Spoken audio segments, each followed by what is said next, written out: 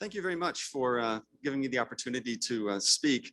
A lot of people have been doing a lot of research on the Great Salt Lake, and I'm an atmospheric scientist, and I study air quality issues. And I spent probably more time out on the dry, barren parts of the lake bed than anybody else. And I'm here to tell you what a wonderful place even that is. So just quickly, the Great Salt Lake is a terminal basin lake. And so what that means is that it doesn't have an outflow to the ocean. So the level of the lake is completely controlled by the ratio of the inflow to the outflow. The inflow is those lifelines that Tim was talking about in terms of the Bear River and the Weber River and the Jordan River. And the outflow is primarily through our evaporation.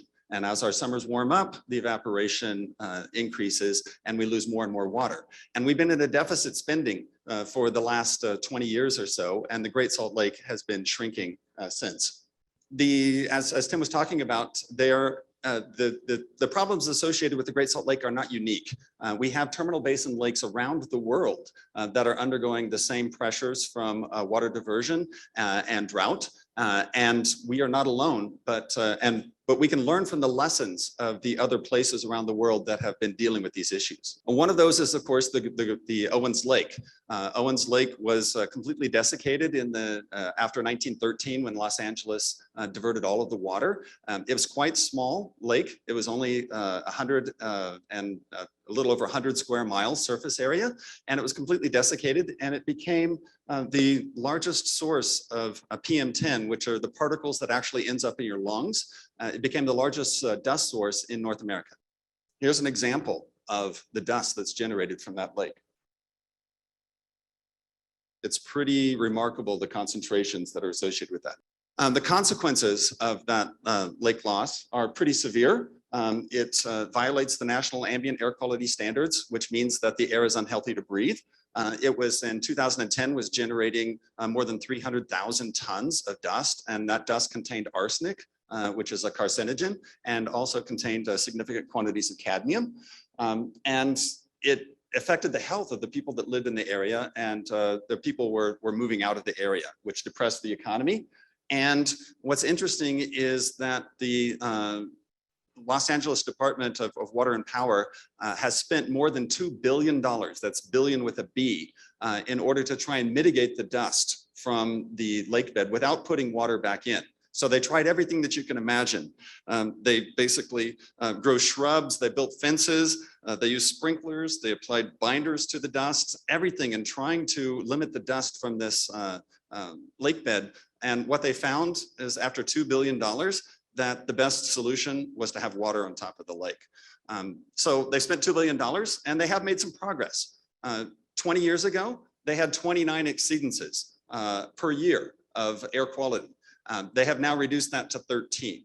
So it's still a work in progress. They've spent $2 billion and they're still going to have to spend more to continue to try and improve the air quality. If you think that, the Owens Lake is small and the Great Salt Lake is big and it can't happen to us, think again. The Drlc, as Tim was talking about, was much, much bigger than the Great Salt Lake. It has 29 times the volume of water in the Great Salt Lake, and it has been nearly completely desiccated. And the impacts of that were severe. You have significant dust storms. You have salt that's getting transported to the surrounding croplands and impacting crop production. You have salt that's infiltrating the groundwater and making the water unsustainable. Basically, it's with such a large body of water that when the water dried up, it actually made the winters colder and the summers hotter because the water was no longer there to moderate the temperatures. So the Great Salt Lake, in its nearly full capacity, and compared to what it is today, we have now we have more than 800 square miles of exposed lake bed, and that exposed lake bed is a source of dust to the atmosphere. The 800 miles, just to put it into perspective, is the size of the island of Maui in Hawaii, and it's 3/4 the size of the state of Rhode Island. And we know that the Great Salt Lake has been declining for a variety of reasons. Many people think that it's just due to drought. The larger issue is basically identified by a study that was performed at Utah State University by Wurzbach et al. And basically, they determined that the long-term natural elevation of the lake is actually 4,207 feet, and that 10 feet, 11 feet of that drop is essentially due to water diversion activities, and that 6 feet of the drop is currently due to our ongoing drought. So drought is contributing to our problems, but our water use policies are a bigger issue right now. So this is a video of a dust storm that comes off the Great Salt Lake. So this is taken from the University of Utah, looking out at the downtown and the state capitol off to the right. And you'll notice that the dust is starting to come from the right after a cold front passes, and it comes into the city and significantly affects the visibility. And this is what we're all breathing when we have these dust storms. This is real, this is tangible. You can see it, and these dust storms don't just stop in Salt Lake City. They make it down to Provo, they make it down to central Utah. So what I'm here to talk about is some research that I've done, where I was basically trying to identify what parts of the lake are blowing as hotspots, what impact the changing lake levels might have on the blowing dust, and whether or not there are heavy metals in the lake that we need to be worried about. So what I did is I divided the lake up into grid points and put grid points every 500 meters on all 800 square miles, and I visited those with my bicycle. I collected soil samples and I looked at the surface crust conditions at each one of those spots. It took more than 2 years to do this. I did it by more than 2,300 miles bicycling. The reason to do it by bicycle is because you can see that ATVs out on the lake bed are a very bad thing. The damage that can be done is remarkable in a very short period of time. There are many different types of surface crust out there.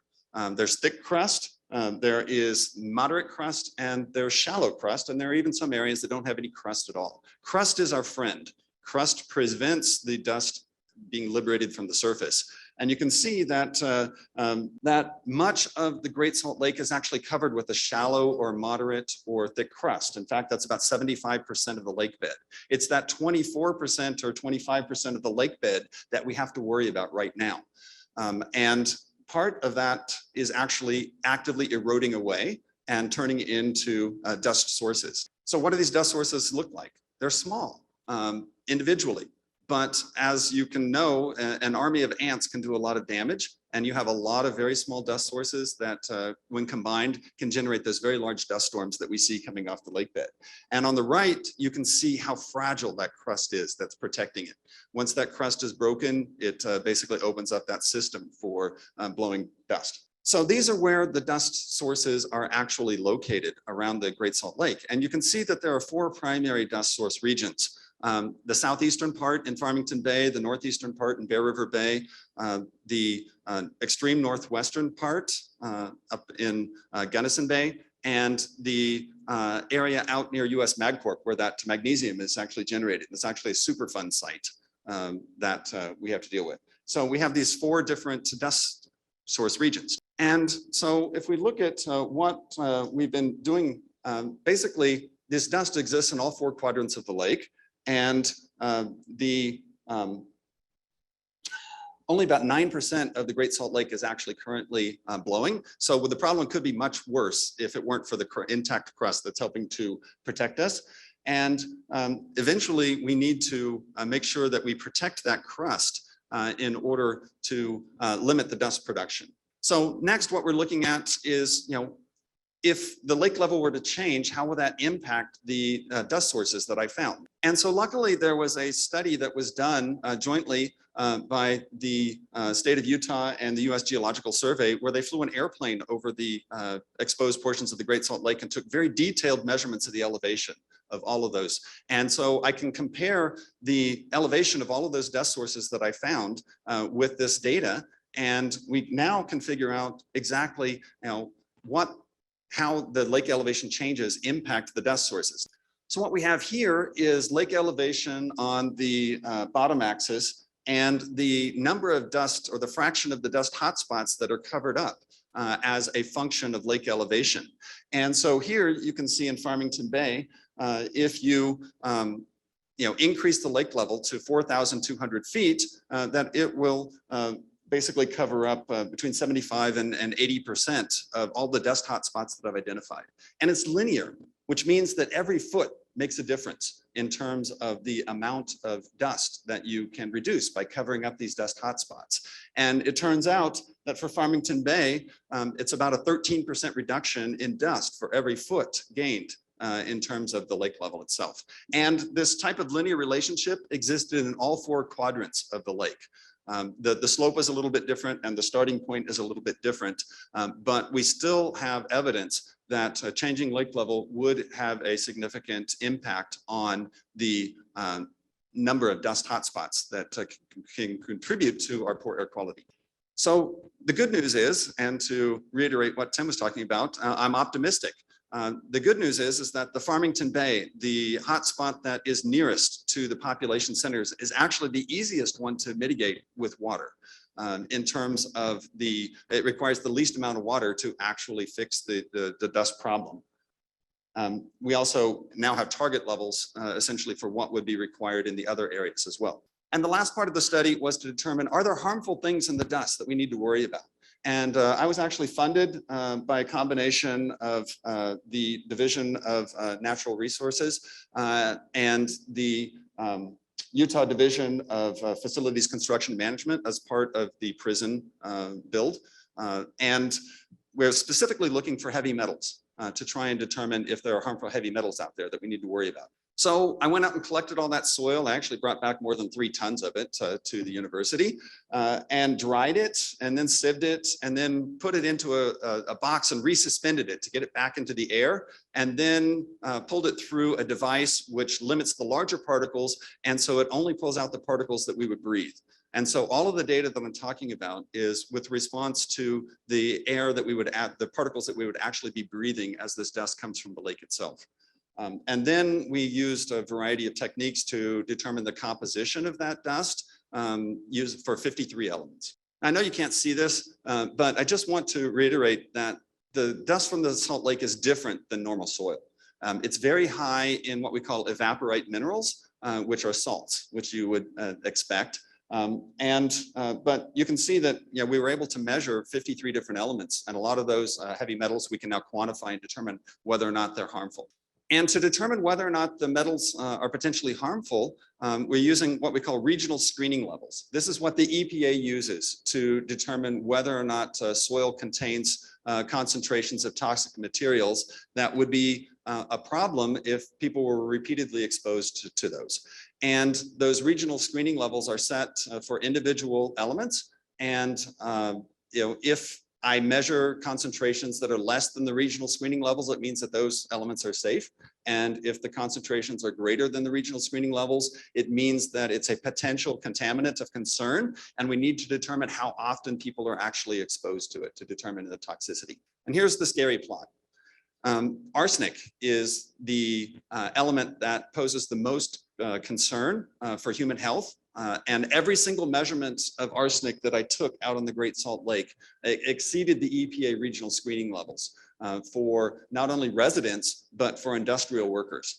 And because it's uniformly distributed around the lake, it actually indicates that it's a naturally occurring element. There may be smaller pockets of pollution, but for the most part, it's naturally occurring. And so, if people are exposed to this over a long period of time, decades or more, then it can lead to significant increases in lung cancer, skin cancer, bladder cancer, and cardiovascular disease and diabetes. But arsenic wasn't the only element of concern as well. So here we have examples of other elements, lanthanum, lithium, boron, copper, cobalt, etc. These are all elements. The yellow indicates that the measurements are higher than the regional screening levels for residents. The red is for an industrial exposure, which is a higher standard. So there are heavy elements that we need to be concerned about, and we do need to limit our exposure to those. So what are the potential health impacts of that dust?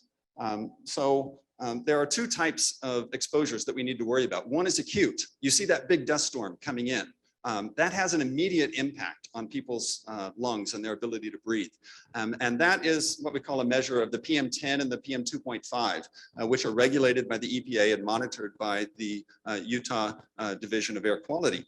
And so when you see those, we have immediate health impacts. And then you have the chronic impacts associated with the long-term exposure of dust from the lake itself. And then the other thing is that I want you to note at the bottom of this is we look at those 4 dust episodes, or those 4 dust source regions. When these cold fronts come through, they have strong southerly winds before the cold front comes, and then it turns around to be strong north or northwesterly winds. And so what it does is before the cold front comes, that dust is moved, to the east and to the northeast. And then after the cold front comes, it's moved to the south and the southeast. And so it actually turns out that the dust impacts everybody in northern Utah. And by northern Utah, I mean everybody from Fremonton to Logan to Ogden to Salt Lake to Provo and south. This is something that we will all be impacted by. And so the other thing is that we know that we have air quality issues in the wintertime associated with our cold air pools and our inversions, trapping our local pollutants. This summer, we had significant air quality issues associated with our wildfire transport. We know that we have air quality issues in the winter and the summer. The problem is that the dust is most likely to happen in the spring and the fall. And what that's going to do is it closes our good air quality window, so that Utah now becomes known for year-round air quality issues as opposed to just winter or summer. Ozone is also another issue. Ozone is a odorless, colorless gas that has significant health implications. And our ozone concentrations in the summer are very high, and they are very near the National Ambient Air Quality Standards for unhealthy conditions. And there's some evidence to show that the Great Salt Lake is actually a source of ozone. Over the parts of the lake that are exposed. The bright surface increases the amount of ultraviolet radiation that can create ozone. And the Utah Division of Air Quality is trying to fund a very large study next year to try and quantify the amount of ozone which is being produced over the Great Salt Lake. And so there are also significant air quality related economic impacts. And so the Utah Division of Air Quality has worked very diligently to try and improve our air quality. And if you look at most of the metrics, our air quality has significantly improved over the last 20 years. The Great Salt Lake actually poses a threat to those improvements. And if we don't do something about it now, then we could be forced to into federally mandated mitigation measures, much like Owens Lake. And just to remember, Owens Lake has spent more than $2 billion on the issue and hasn't solved it yet. And they found that the best solution so far was putting water back in the lake. And I just want to thank everybody for allowing me this opportunity to speak. I want to thank all of the groups of individuals that allowed me to cross their property. It was a very large group of people. And I wanted to end with this last picture because it's an oasis, because I am hopeful that we can make changes that can save this wonderful ecosystem. So thank you very much. Next, we will be joined by Nelson Mejia from the Los Angeles Department of Water and Power. Their remarks have been pre-recorded for this event. Good morning. My name is Nelson Mejia. I am the manager of the Owens Lake Dust Mitigation Program for Los Angeles Department of Water and Power. Thank you for inviting us to your Great Salt Lake Summit. It's an honor to be here. So with me also is Jaime Valenzuela here. I'm the manager of Owens Lake Capital Development and Implementation. I've been around in the group for around 10 years, so I've seen a few things, and we're going to talk about those things today. Owens Lake. Go ahead. So what we're going to share with you in the next 15 minutes is pretty much give you an idea of where Owens Lake is located, why is the city of Los Angeles at Owens Lake, BACM, which stands for Best Available Control Measure, share with you some of the aspects of our regulatory compliance, some of the challenges that we faced through the years and continue to face at Owens Lake, some of the resource protection, protocols that we follow at Owens Lake, what we've been able to accomplish to date, and the future of Owens Lake. So Owens Lake is located approximately 210 miles north of Los Angeles. Owens Lake is a terminus lake and at the Eastern Sierras. It's a salt lake. And through history, the lake elevation has changed. But it was at the 3,600 foot elevation that was agreed upon with between the city of Los Angeles and the Great Basin District, that the city of Los Angeles will be responsible for controlling dust. Again, 3,600 elevation and below. Just to give you an idea of the scale, your Great Salt Lake is approximately 6-7 times larger than Owens Lake. So, hopefully, the story we're going to share with you today from Owens Lake can trigger, some actions on your part, so you never find yourself in a similar situation that we're in. So why are we at Owens Lake? Well, it was in 1913 that the city of Los Angeles completed construction of the Los Angeles Aqueduct. Soon after construction of the aqueduct, the city diverted water from the Owens River into the aqueduct to bring it to the city of Los Angeles. Unfortunately, the Owens River was the main source of water for the lake, to replenish the lake. And, a few years after, diversion of the water, the lake was dry. And accounts, from newspapers from the early to mid 1900s,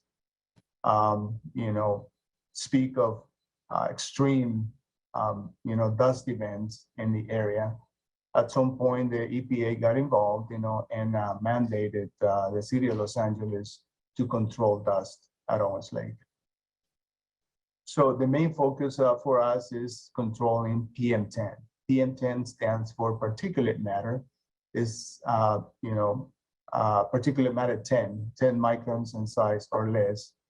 And just to give you an idea of the size, it's roughly 5 to 7 times the size of a human hair. So I'm going to talk a little bit about how we control dust at Owens Lake through the use of best available control measures, which is a regulatory term, an approved dust control method. And I'll start off with the most water intensive method, known as shallow flood laterals or shallow flood ponds. And it is exactly that. We just take raw water from the Owens Valley, create a big bathtub by constructing parameter berms or roads and filling up that pond, and get a nice level pond out there. We got creative a few years ago. We started using shallow flood sprinklers. However, there's some issues there because the satellite imagery that is used for compliance at times does not pick up the moist soil. And although we know that moist soil is not emissive, it was not hitting the mark, so we have to over wet. I'm going to be talking about these methods from most water intensive to least water intensive. Again, with shallow flood laterals, the capital cost, the initial capital cost is about $26 million per square mile. And water use is about 3.1 acre feet per every acre of pond that we have out there to keep up with the evaporative demand. And there is habitat value, obviously. There's low maintenance with these ponds. The capital cost of sprinkler shallow flood is about $32 million per square mile. And that's because you have a lot of sprinkler heads out there that we need to install, a lot of more piping, a lot more water filtration to avoid clogging of those sprinkler heads. Water use is about 2.6 acre feet per acre, which is, I would expect a lot more water savings, but because of that satellite imagery issue that I mentioned, you have to overwater. Habitat value, it doesn't have any habitat value. The birds get scared away with sprinklers, and it is more maintenance for our guys out there.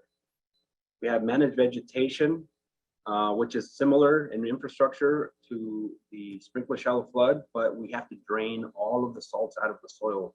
We have to cleanse that out for months and months and months until we get to the right concentration, and it allows for native species to grow out there. We use a lot of salt grass. It's the most tolerant to salt. Another dust control method is brine with shallow flood backup. And it's backup because brine is considered a subsidiary of shallow flood. It happens through the accumulation of salts in the lowest gradient areas of shallow flood ponds. Because this is a salt lake, we identified this trend. And once the concentration gets high enough, we start to see crystallization of those salts, and red and orange color is really beautiful due to the bacteria that's in there. Capital cost for managed veg, probably the highest, 36 million per square mile. It does use water initially at a very high rate, 2.6 acre feet per acre until establishment occurs. Habitat value, yes, there is habitat value, however, it's high maintenance. Brine has a capital cost of about $24 million. It's the initial shallow flood cost. But once the brine establishes and hardens, there's zero water use. It's pretty much set it and forget it. However, there is no habitat value except for if you introduce some fresh water on the shorelines, and it's very low maintenance.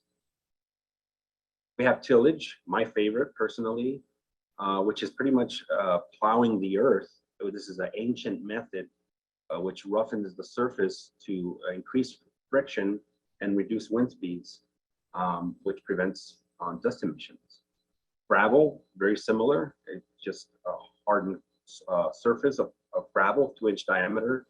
We have about 2 inches in thickness over a geofabric. The cost of tillage is very inexpensive, 500,000 per square mile, roughly. However, there's no water use or habitat. Maintenance is required whenever we get a heavy rain, and it melts our tillage and lose our performance based on the dimensions of that tillage.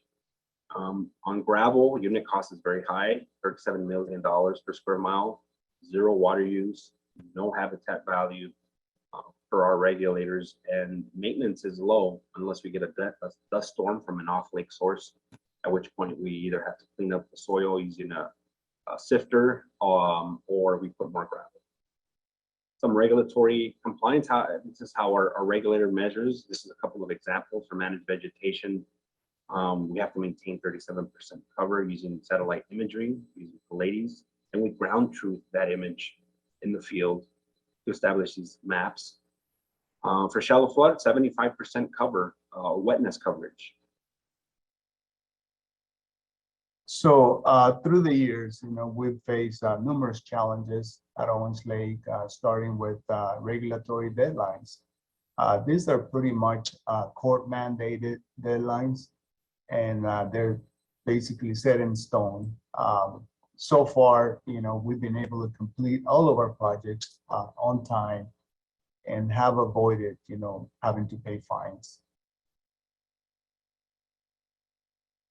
Weather is one of the biggest challenges. In the winter, it's actually really cold, and in summer, it's really hot. Our staff, is well equipped, to perform their functions under those extreme weather conditions.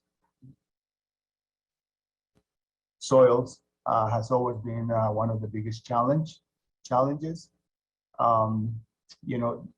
Soils vary sometimes from acre to acre, and that's what makes difficult for us during the design of our projects in determining the best construction methods because of the soil's variability. Corrosion is being a salt lake. Corrosion is one of the biggest challenges as well. Our assets don't last as long as they do in other areas. You know, we are in the process of implementing an asset management program that will allow us to better manage, right, and address the condition of our assets. So, and the biggest challenge of all, you know, which is wind. In some extreme cases, we've experienced wind speeds of up to 100 miles an hour. 60, 70 miles an hour, basically, is just an average speed for Owens Lake. I'm going to talk a little bit about resource protection. So what are the resources that are out there?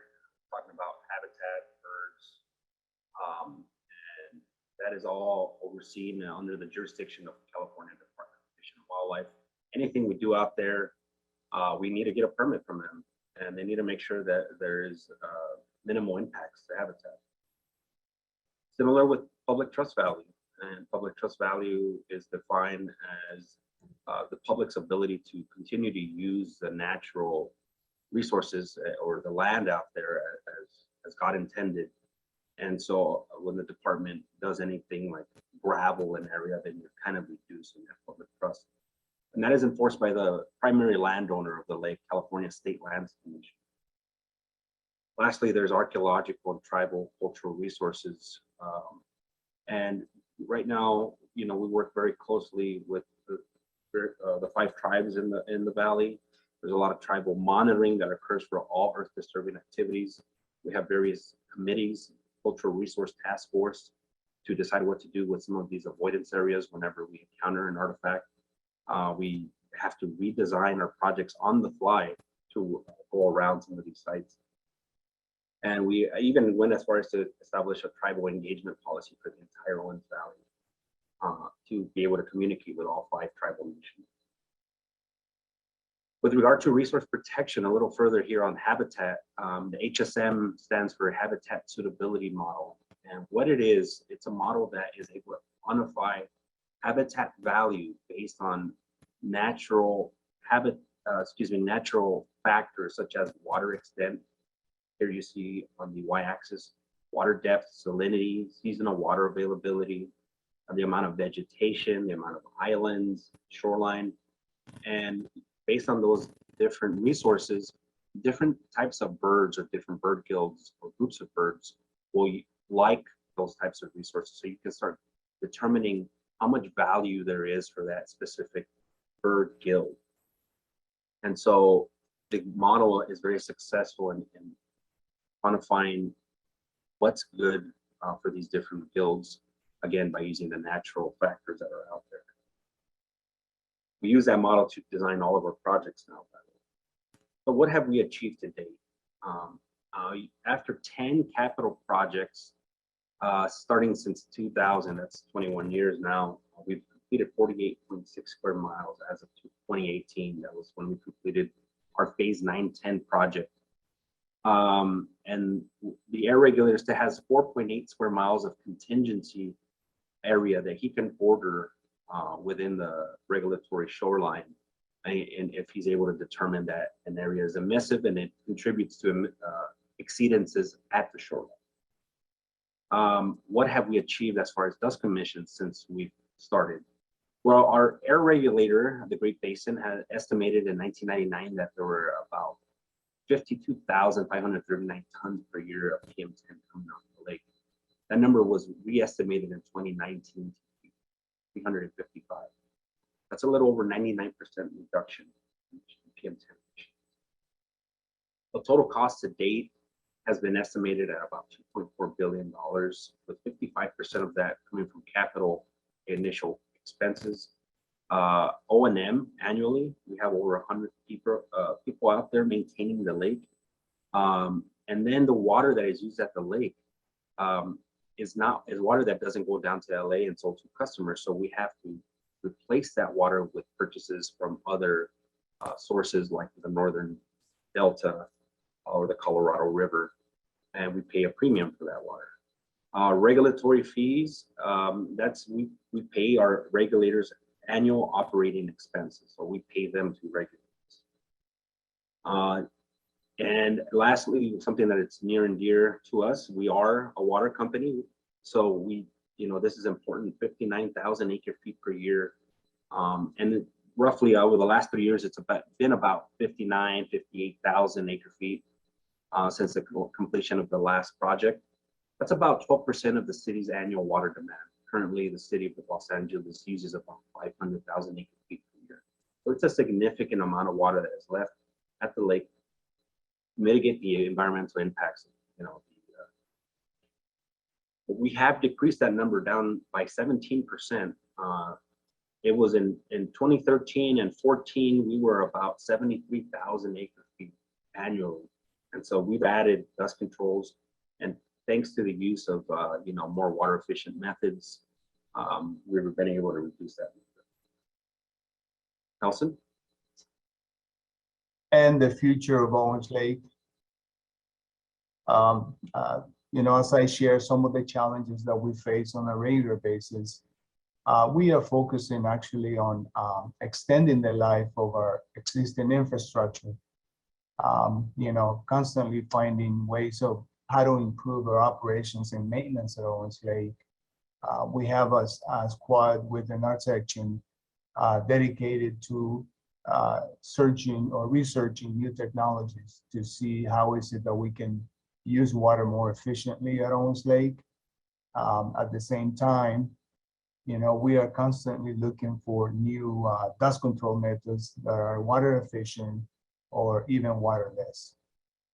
And, moving forward, every decision at Owens Lake is made basically not just by DWP. On the contrary, we're pretty involved with the community. We have a number of work groups focused on different objectives. We have a habitat working group. We have a group that focuses on dust control, obviously. Another group focuses on the protection of cultural resources. So every decision that is made at Owens Lake factors in all these components.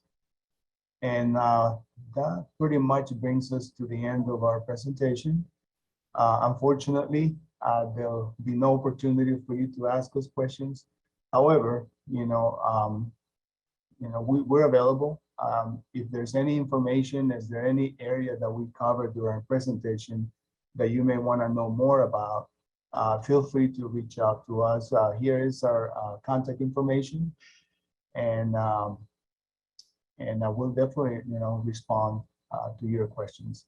Just wanted to hop back up for just a minute and really thank Nelson and Jaime for taking the time to do that. It's a little bit difficult, right? But appreciated they took the time to record that and talk about their experience with Owens Lake. I also neglected to recognize he's had to leave us, but Congressman Blake Moore was here this morning, and just wanted to acknowledge him. He's opened saline lakes legislation at the federal level. So it just illustrates again kind of the momentum and people coming together to try to do some positive things for Great Salt Lake. Just a few points, I think, talking points or things to think about with the presentation from Nelson and Jaime. They've done a lot there, and I think they have reason to be proud of the work that they've done. Just one clarification, I think they mentioned a number about the difference in size between Owens and Great Salt Lake and said 5 or 6 times. Depending on lake elevations, that number is probably, Great Salt Lake is 15 to 19 times larger. So it's much, much larger than Owens Lake. And as some of the points that have been made, Dr. Perry talked about this, just remember, this is not really bringing back the lake, right? It's bringing back some, trying to keep the dust down, bringing back some limited habitat. They estimate that they'll spend as much as $3.6 billion and many hundreds of millions of dollars a year in maintenance to keep that up. If you projected that out to Great Salt Lake and said we were just mitigating just those little tiny pieces, I mean, just back of the envelope calculation would be between 55 and 69 billion dollars with a B just to mitigate dust. It's also, I hope if you're like me, it kind of freaks you out to hear that a little bit of a regulatory nightmare, right? I hear words like litigation, Clean Air Act, court order, EPA, and pollution control district, and that does not sound like a happy situation to me. So let's try to control our own destiny. The last thing to think about, and it really came, it was so clear with Dr. Perry's presentation with the video he showed. You think about Owens Lake, it's a much smaller lake, but it's the largest source of dust in North America. The prevailing winds blow away from the population centers. This much larger lake, and it's blowing into the population centers. And there's about 2 million people that live downwind from the lake bed here at Great Salt Lake. So all of this can be avoided if we get ahead of the problem, and that's what we're hoping to talk about here today. So we're going to move into, we're talking about snowpack, and we've got Dr. Skyles to take it away from here. Please join me in welcoming Dr. Mackenzie Skyles.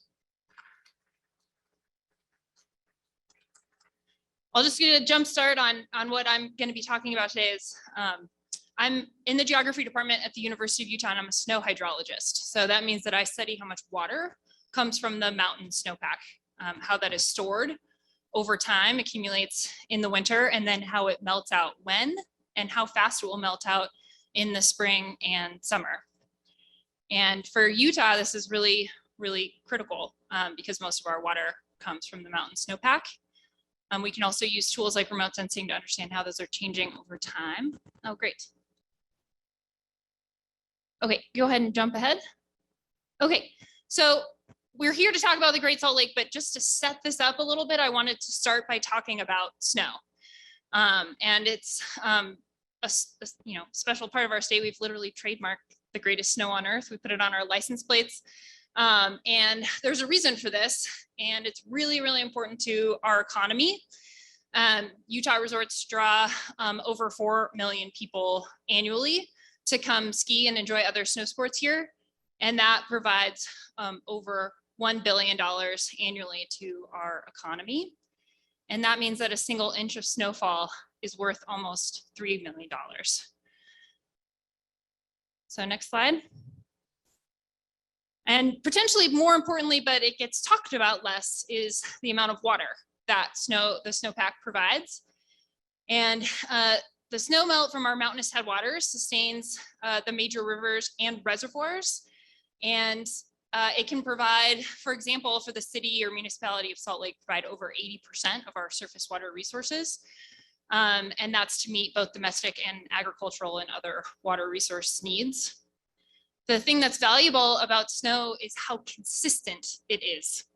It accumulates as a natural reservoir all winter and then gradually melts from spring into summer. And I'm showing a map there that shows snow melt timing from the mountains. And this consistency is key because it's allowed us to build infrastructure to actually capture that resource for later use in reservoirs and other waterways. So we want snow, and we want its slow, consistent melt out in order to get the best use of that water. And for equal amounts of precipitation, say rain versus snow, we actually get more water from snow. So we want to keep that snow coming, and we want to keep it up in the mountains. Next slide. So the Great Salt Lake and the greatest snow on earth are inextricably linked. The main link, of course, is that I'm showing the main river basins that feed into the Great Salt Lake. And then on the right, I'm showing a map of the snow cover within those basins that have mountainous headwaters. And the snowpack of those mountainous headwaters is what's providing the water into the Great Salt Lake. It's what's recharging the Great Salt Lake every year. So this isn't always explicitly stated, but if you look at inflow into the Great Salt Lake, you'll see what we call the rising limb of the hydrograph coming during the snowmelt season. So most of our water is coming through that snowmelt. Next slide. And I'm going to talk about 2 other links between the Great Salt Lake and snowpack today. And I'm going to start with the first one, and that influences snow accumulation, and that's lake effect snow. Next slide.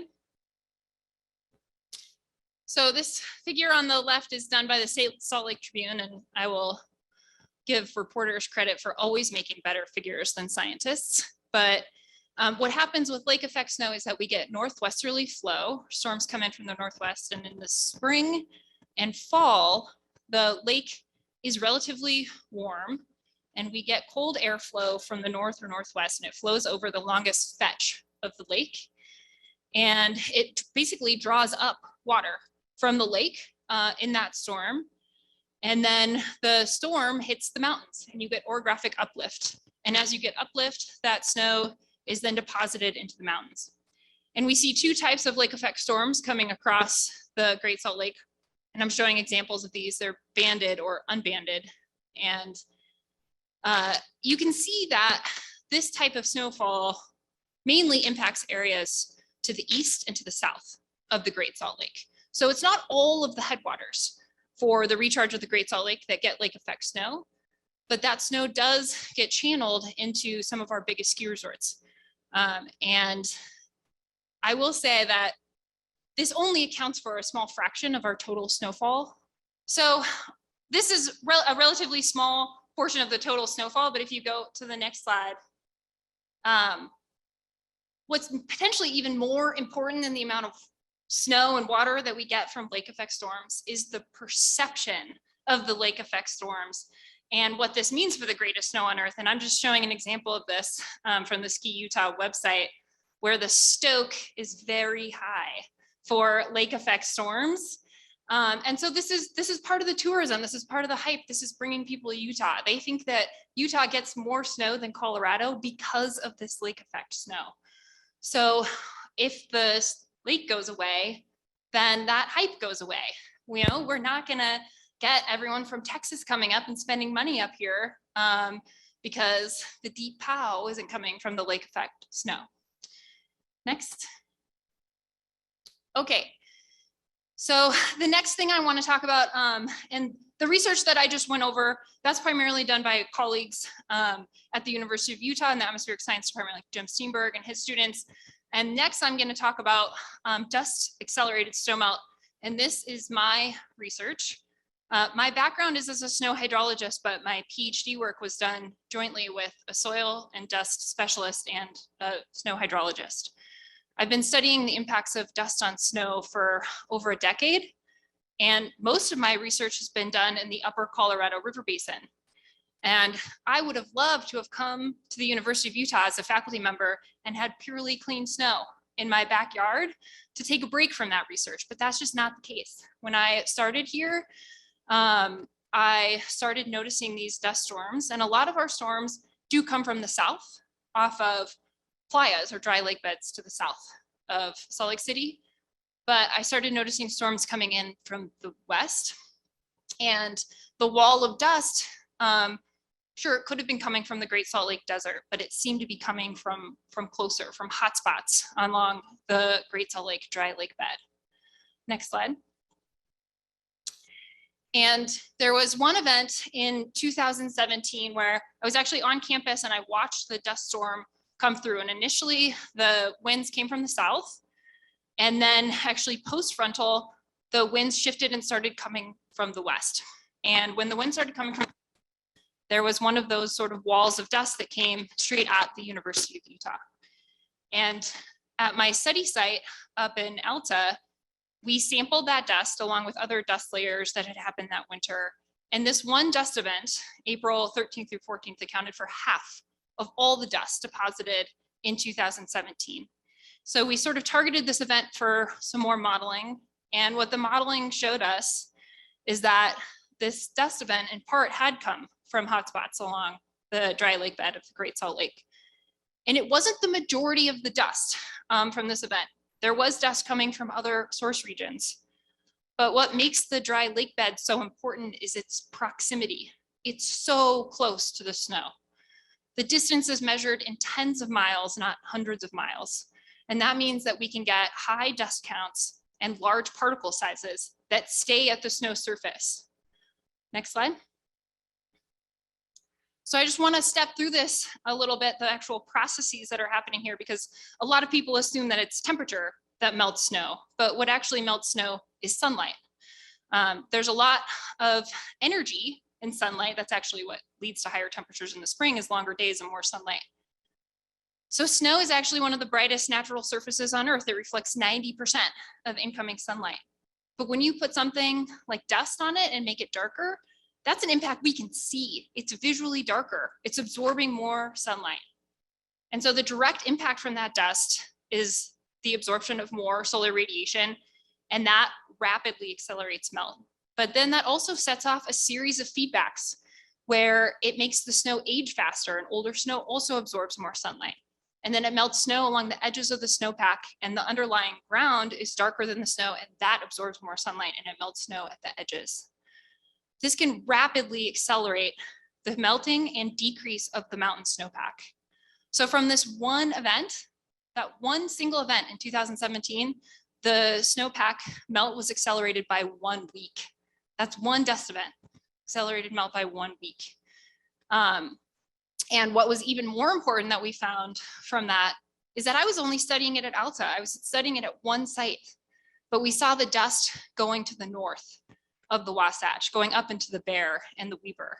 So the dust impacts were probably even greater to the north, and we didn't have sampling to the north, so we don't actually know what the impacts were to the north of my study site at Alta. Next slide.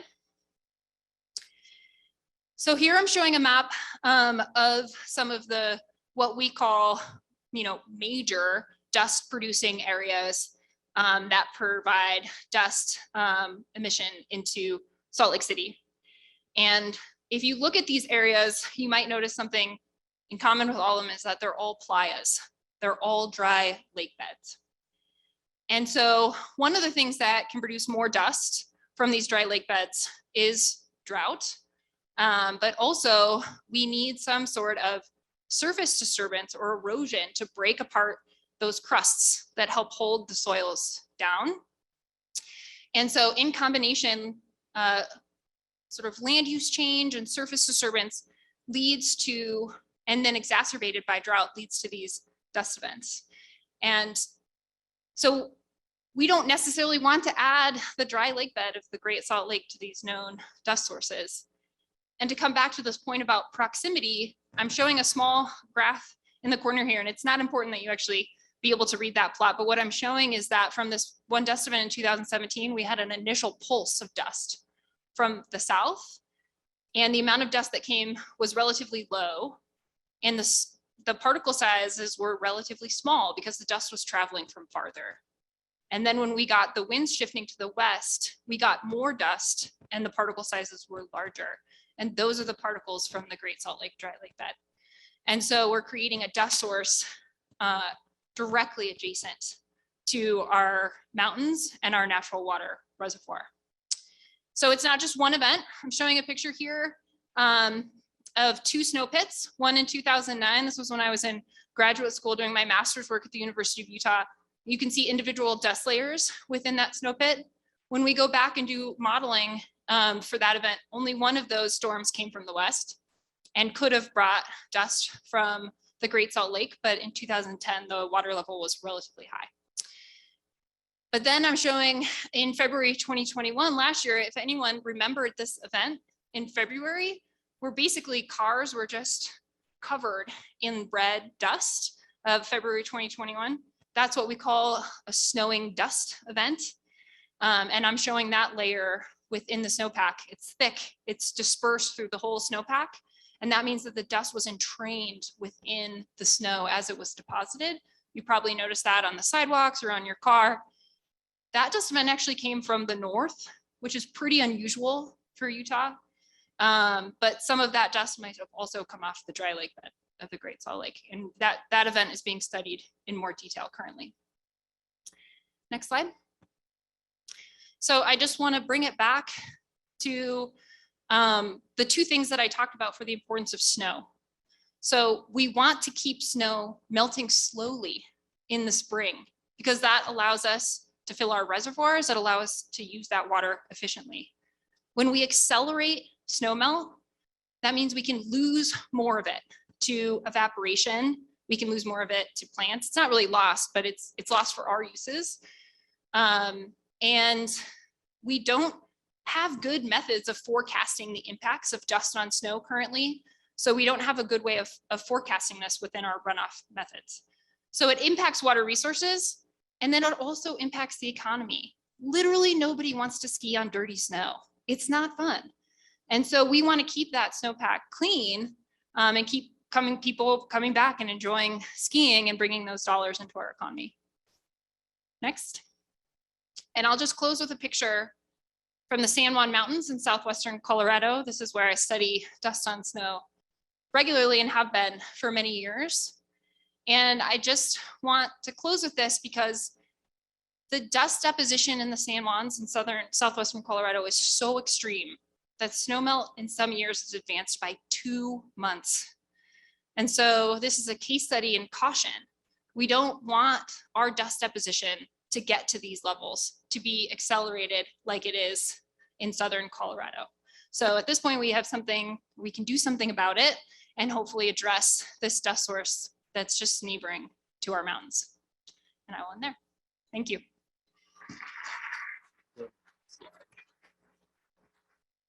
Ladies and gentlemen, we will now welcome the chair of the Great Salt Lake Advisory Council, Don Leonard. Afterwards, we will hear a pre-recorded presentation from Joe Havasi, Director of Natural Resources with Compass Materials. Thank you very much. Speaker Wilson, thank you for convening this symposium today, this summit. Thank you for stepping up to the plate and addressing this significant problem. And thank you for inviting me to speak today to talk to you about economic benefits from the Great Salt Lake, as well as the inevitable costs that would come from a drying Great Salt Lake. I'm here on behalf of the Great Salt Lake Advisory Council. I chair that council. The council was created in 2010 by the legislature and then Governor Herbert. The council consists of 11 members, including representatives of the 5 counties adjacent to the lake. We also have representatives of municipalities, conservationists, publicly owned treatment works, migratory bird protection areas, and aquaculture. And my seat on the council is the aquaculture seat. I represent the brine shrimp industry. Our statutory duty as a council is to advise the legislature and the governor and state agencies about the use, the protection, and the development of Great Salt Lake. Since we do not have administrative authority over the lake or policymaking authority, our role has been and continues to be developing, providing information, provide accurate, independent information about the lake. In other words, we're informing the debate so that policymakers and decision makers have the information they need to be able to make the right decisions. I will note that our advisory council over the past 11 years has sponsored 25 different projects. And today I'm going to reference 3 of those, the results of 3 of those projects. The names of those projects are the economic significance of the Great Salt Lake to the state of Utah. Number 2, consequences of drying lake systems around the world. And 3, assessment of potential costs of a drying Great Salt Lake. Let's start with the economic significance of Great Salt Lake. This report was produced by Bioeconomics in 2012.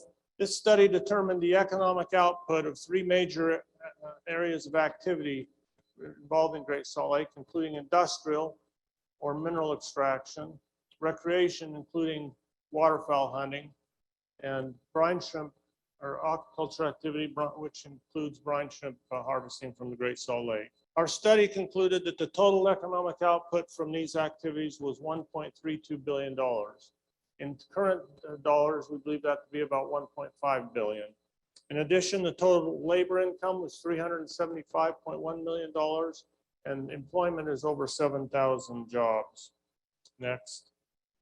In addition to the dollar impacts, there's something about 2 categories, the industrial category and the aquaculture category, that is unique and makes the Great Salt Lake activity all the more important. Up here, the solar production of SOP is the largest solar production in the world, and their facility is the largest facility in the United States.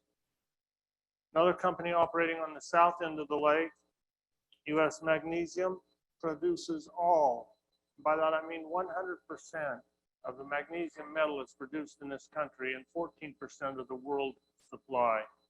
This product, as Tim mentioned, is used in products. I'm sure you all have a cell phone in your pocket today. And it's used in production of cell phones, computers, aircraft, beverage cans, and many other items used day to day. I'll note that the brine shrimp industry produces here in the Great Salt Lake produces 40% of the world's supply of brine shrimp eggs. These eggs are processed locally so they can be shipped around the world and hatched out in fish and shrimp hatcheries around the world. And I'll note that live baby brine shrimp, which are called nauplii, are critical to the healthy rearing of larval stage shrimp and some species of fish. Another unique aspect of these industries is their contribution to Utah's balance of trade. Virtually all of the salt, magnesium, and SOP that are produced from the Great Salt Lake is sold outside of Utah, bringing financial resources back into the state. And virtually all of the brine shrimp eggs that are produced from the Great Salt Lake are sold internationally and are used outside the United States.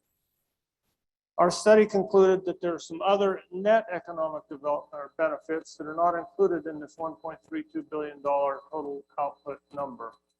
For example, I wanted to note that the recreation aspect of this economic output includes a significant number of visitor days. If you look, you'll see that there are 120,000 hunter days annually on the GSL area waterfowl hunting, and approximately 1 million visitor days to the state parks, the Bear River Bird Refuge, the wildlife management areas, and other facilities around the lake.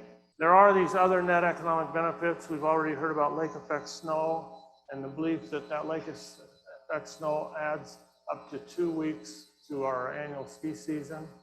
There are approximately a dozen publicly owned treatment works that discharge into the Great Salt Lake directly or indirectly.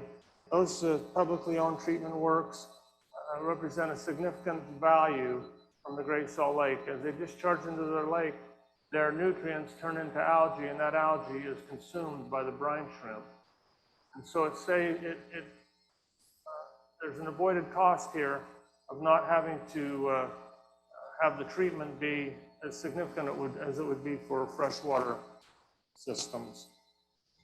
I'll note also that the nutrients that are discharged into the lake, which become algae, are consumed by the brine shrimp. If those algal blooms, they call them HABs, in Utah Lake, you'd call it a harmful algal bloom. For Great Salt Lake, we like to call these HABs helpful algal blooms because they provide a significant amount of nutrition for the brine shrimp in the lake. So let's go to the second report entitled Consequences of Drying Lake Systems Around the Lake. Our study concluded drying of saline lakes and around the world costs billions of dollars in economic losses and mitigation efforts and causes severe harm to human health and the environment. So Tim showed this slide. This is the Drlc in Uzbekistan and Kazakhstan. It's a graphic representation showing how quickly the lake dried up from 1960 to 2009 in just 49 years. Drlc was the fourth largest lake in the world. Its drying had catastrophic impacts economically. Commercial fishing decreased from 43,000 tons annually to 0, devastating the local economy. There was also catastrophic impacts from human health. The windblown salt, metals, pesticides, and PCBs resulted in increasing infant mortality and increasing respiratory-related illnesses and death. Lake Urmia in Iran, the largest lake in Iran. Drying consequences for Lake Urmia were $1.4 billion in a restoration effort. Tim mentioned that the government is considering an additional $7 billion to try to restore that lake. I'll note that 86% of that lake became a salt desert, and agriculture was also displaced. You've already heard about Owens Lake. I can't resist showing this slide. It's like a horror movie, isn't it? I expect to see some horror movie about the cloud that came and consumed us. Those mitigation costs are expected to be $3.6 billion by 2025 and $75 million a year after that. Third and final study is assessment of potential costs of declining water levels in the Great Salt Lake. That was prepared by M&N, a local firm, in conjunction with Econo Northwest. What are the potential costs? They relate to increased dust, as you've heard, affecting public health, quality of life, and property values. Reduced lake access. You don't think about this, but our industry, we need to be able to get our commercial fishing vessels on and off the lake full of brine shrimp eggs. This year, we had to spend $1.5 million dredging our harbor and clearing out the channel for more than 6,000 feet from our harbor out into the lake to be able to get deep enough to bring a loaded harvest boat into our harbor. Last year, we spent $1 million doing that activity. During the first 10 years of this decade, we spent nothing on dredging, and we've had to dredge every year for the last 5 years and expect to continue to have to do so. There are also increased operational costs for mineral extraction industry. They're spending millions of dollars clearing their channels and extending them and moving their pumping stations and doing other things to try to be able to continue to get the brine into their facility and operation. Reduce lake effect, snow and rain, so I won't say any more about that. Other potential costs: increased salinity. As your quantity of water goes down, the concentration of salt goes up. How does this affect my industry, the brine shrimp industry? And it also affects the birds who consume brine shrimp. Brine shrimp are able to survive in the Great Salt Lake because they have a sophisticated osmotic process where they can shed salt. But in doing so, it takes energy to do that. And as the salinity gets higher and approaches the range of about 16% salinity, these brine shrimp are using so much energy shedding salt that they have reduced energy to reproduce. I'm sorry to tell you that the concentration of salt in the south arm of the lake is just past 16%. And we're worried about where that's going for obvious reasons. There's also exposing land bridges, which allows the predators to get to nesting areas. And in addition to that, we have increasing Phragmites coverage. Phragmites is very difficult and expensive to eradicate.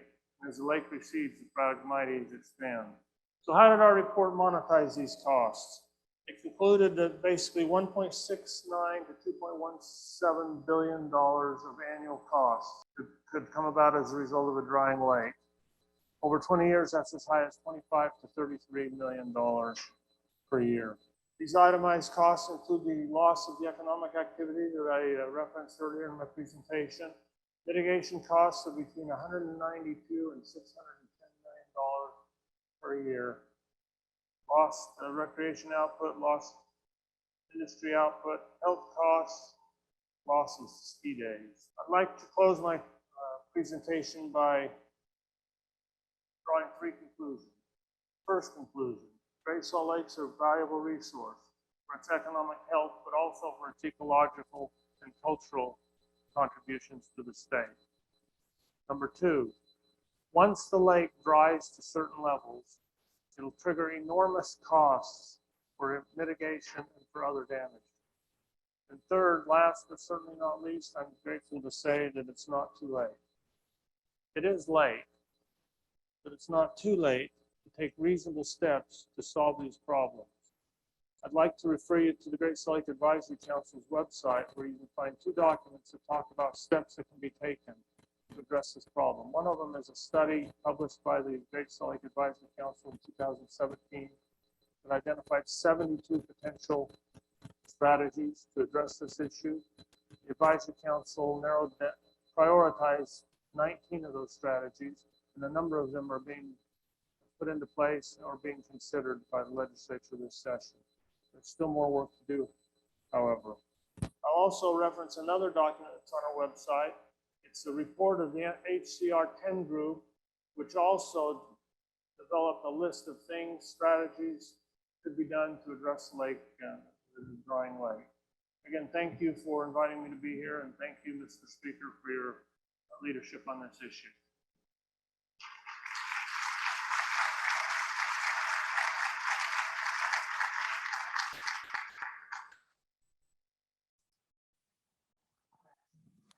Good morning, everyone. I'm Joe Haasemeuter, here today representing Extractive industry on our Great Salt Lake. I apologize that I could not be there in person this morning, but I am pleased to be with you in spirit, and I'm very pleased that this great event is taking place. It's quite an honor to be participating in the Great Salt Lake Summit, representing industry's perspective on the importance of the lake, current conditions impacting all Great Salt Lake stakeholders, and resulting impacts in our operations. I'll also discuss innovation and investment being made to improve the efficiency and sustainability of extractive industry operations. While I am employed by Compass Minerals, a long-standing and engaged operator on the Great Salt Lake, my comments today represent the broader mineral extraction community and our shared commitment to a healthy future for the Great Salt Lake. Let me first share a little bit about Compass Minerals operations here on the lake. As some of you may already be aware, operations at our Ogden site began in the late 1960s under the ownership of Lithium Corporation of America, with the aim of establishing a domestic lithium supply for the Pentagon's nuclear program. However, it was ultimately determined at that time that lithium production on the lake was not economically competitive with currently available technologies. The operating strategy instead turned to the production of sulfate of potash, a premium low chloride specialty fertilizer known as SOP. Compass Minerals Ogden facility is the largest operation of its kind in the Western Hemisphere. By combining ancient solar evaporation techniques with modern technologies, we annually produce SOP, salt, and magnesium chloride using a pond-based feedstock originating from the Great Salt Lake. Our 55,000 acre complex is one of only 4 in the world that can produce SOP from a naturally occurring brine source using solar evaporation. The operation also produces salt for de-icing, water conditioning, and agricultural markets, as well as magnesium chloride used in the management of dirt roads across the Western United States and enhanced de-icing markets. Through this responsible transformation of minerals from the Great Salt Lake, we keep people safe, feed the world, and enrich lives. In addition, Compass Minerals announced this past July that we've identified a lithium brine resource of about 2.4 million metric tons of lithium carbonate equivalent, or LCE, at our site in Ogden, which includes an indicated lithium resource within the ambient brine of the Great Salt Lake. We are currently targeting market entry of a battery-grade lithium product in 2025. We are currently evaluating various sustainable development options that will leverage our current production from the Great Salt Lake while minimizing any incremental impacts to the lake bed and waters of the lake. We are in the midst of our engineering and planning process and are very pleased that pilot projects conducted to date have been successful in the extraction of lithium from multiple in-process brine streams using a recently commercialized technology called direct lithium extraction, or DLE. So a little bit about the industry as a whole. We're excited about our future on the Great Salt Lake and related economic contributions associated with it. In addition to Compass Minerals, the extractive industry community on the Great Salt Lake includes the following companies. US Magnesium, who's the only domestic producer of magnesium in the United States, whose products are used in the manufacture of various steel alloys and in the manufacture of aluminum cans. Morton Salt and Cargill produce de-icing salt and salt for various consumer markets, including water conditioning, culinary, and water treatment salts. And Mineral Resources International, who extracts magnesium products for various human and animal supplements. So let's talk about the economic benefit of the extractive industry on the lake. As I previously alluded to, the extractive industry began on the Great Salt Lake in the 1960s in response to the Pentagon's initiative to domestically develop strategic minerals, including lithium. Like lithium, other target metals did not prove economic during past market conditions, but soon thereafter, economic concentrations of potassium and magnesium were discovered and development ensued.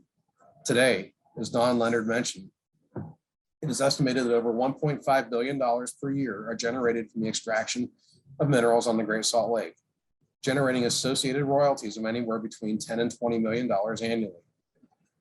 Our industry employs about 700 workers in the Great Salt Lake directly, with well-paying blue-collar jobs, and about 3,000 indirect workers serving the mineral extraction industry. The Great Salt Lake is also coming into focus as a significant resource in the burgeoning clean tech space, with both US Magnesium and Compass Minerals pursuing development of lithium from its current brine process streams and or co-products, and in the case of US Magnesium, from stockpiles of byproducts. The industry has definitely evolved and adapted. Extractive industry operators on the Great Salt Lake are acutely aware of the importance of responsible management practices with regard to long-term sustainability of the lake. As conditions cyclically impact lake levels, those lake levels can in turn impact our operating plans and productivity. And as those close to the Great Salt Lake know, the water body is anything but stagnant. Since the extractive industry developed on the lake in the late 1960s, lake elevation has ranged between 4,213 feet to 4,188 feet, a variance of approximately 24 feet. Adapting to this range requires agility and active management in order to adjust to everything from the means of brine acquisition to concentrations of target minerals in the brine. On the high end of the elevation range, the industry was faced with an elevation that inundated most, if not all, the operations in the floods of the 1980s. Industry quickly adapted and responded once floodwater receded and restarted operations within a year or two. However, since 2014, the Great Salt Lake has quickly declined in elevation. But it's noteworthy that industry, with the assistance and support of the Great Salt Lake stakeholder community, has adapted accordingly through investment and innovation. Before I get into exactly how, I would like to address one misnomer that comes up from time to time And that is the false assumption that industry actually desires lower lake levels to pre-enhance concentration of target minerals it acquires from the lake. Nothing could be further from the truth. Our systems were designed for normal lake elevations, including a mid-range of concentration of target minerals. Higher concentrations in target minerals requires adjustments in sequencing of brine through the evaporation pond networks that are sometimes deleterious to production. So how have we responded to recent historically low lake levels? Well, here's some basics. We've extended and deepened intake canals. Compass Minerals was faced with a record low lake elevation in the North Arm in 2016 and responded by extending our intake canal to support operations to roughly an elevation of 4,188 feet. US Magnesium and Morton acted in kind. Today, all operators continue monitoring Great Salt Lake elevations, snowpacks, regional hydrologic trends, and have even gone so far as to establish a Great Salt Lake basin-wide dashboard working group to enhance our active management planning. We've also innovated. In response to record North Arm levels in 2016, Compass Minerals explored and defined the volume of brine referred to as interstitial brine, held in salt masses underlying its surface brine operations.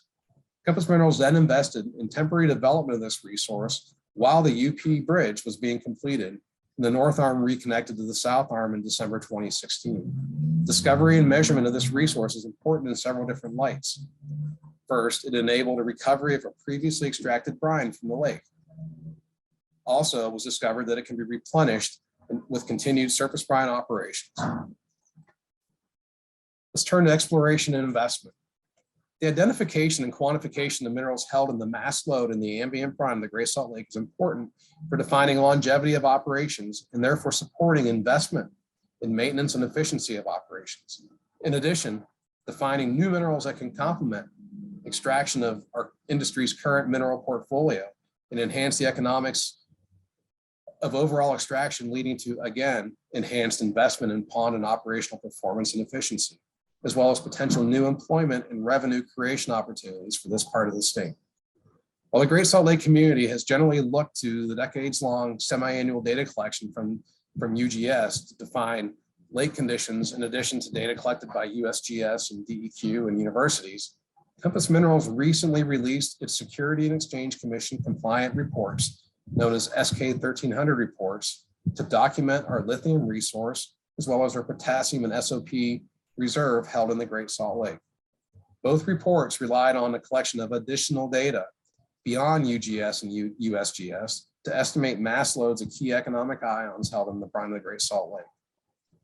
This exploration and renewed definition of lithium in the Great Salt Lake brine is expected to enable future research and investment in this critical battery metal to support the growing domestic demand for electric vehicles. When you consider that such development will leverage existing infrastructure and existing brine streams, the ESG footprint of such a development is comparatively and likely materially lower than greenfield single mineral development concepts in the US and globally.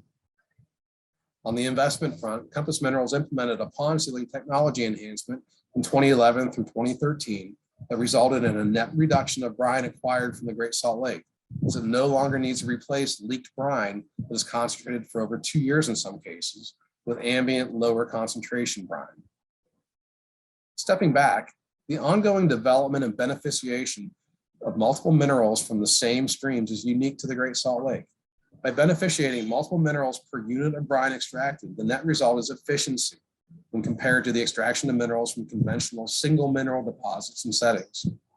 Compass Minerals beneficiates salt, potash, and magnesium chloride off the same volume of brine that it would if it were beneficiating only one of the three. Further, it is looking to develop lithium off current brine flows in production. This exciting opportunity will connect clean tech to the Great Salt Lake and hopefully further underscore the importance of Great Salt Lake brine and its contribution to the global EV revolution. As mentioned before, US Magnesium has identified and began exploiting significant concentrations of lithium held in tailings from its process and has invested in a technical grade lithium production facility. There have also been many intercompany collaborations and agreements in the past to harvest non-target minerals from one another's pond complexes. To sum it up, what is currently being accomplished in the Great Salt Lake is not your father's mineral extraction industry. Across the industry, operators are engaged, active in councils and committees, supportive of one another and our community partners, and aware that continued water inflows to the Great Salt Lake are important across a broad spectrum of stakeholder interests. That awareness has incited transparency, knowledge sharing, and collaboration in supporting and promoting the importance of continued flows to the Great Salt Lake. Furthermore, industry has been proactive and directly engaged in developing the means to support and protect inflows to the Great Salt Lake. As an example, while not an operator or an extractor on the Great Salt Lake, Rio Tinto is definitely connected to the lake, as the lake receives certain effluent inflows from Rio Tinto's operations.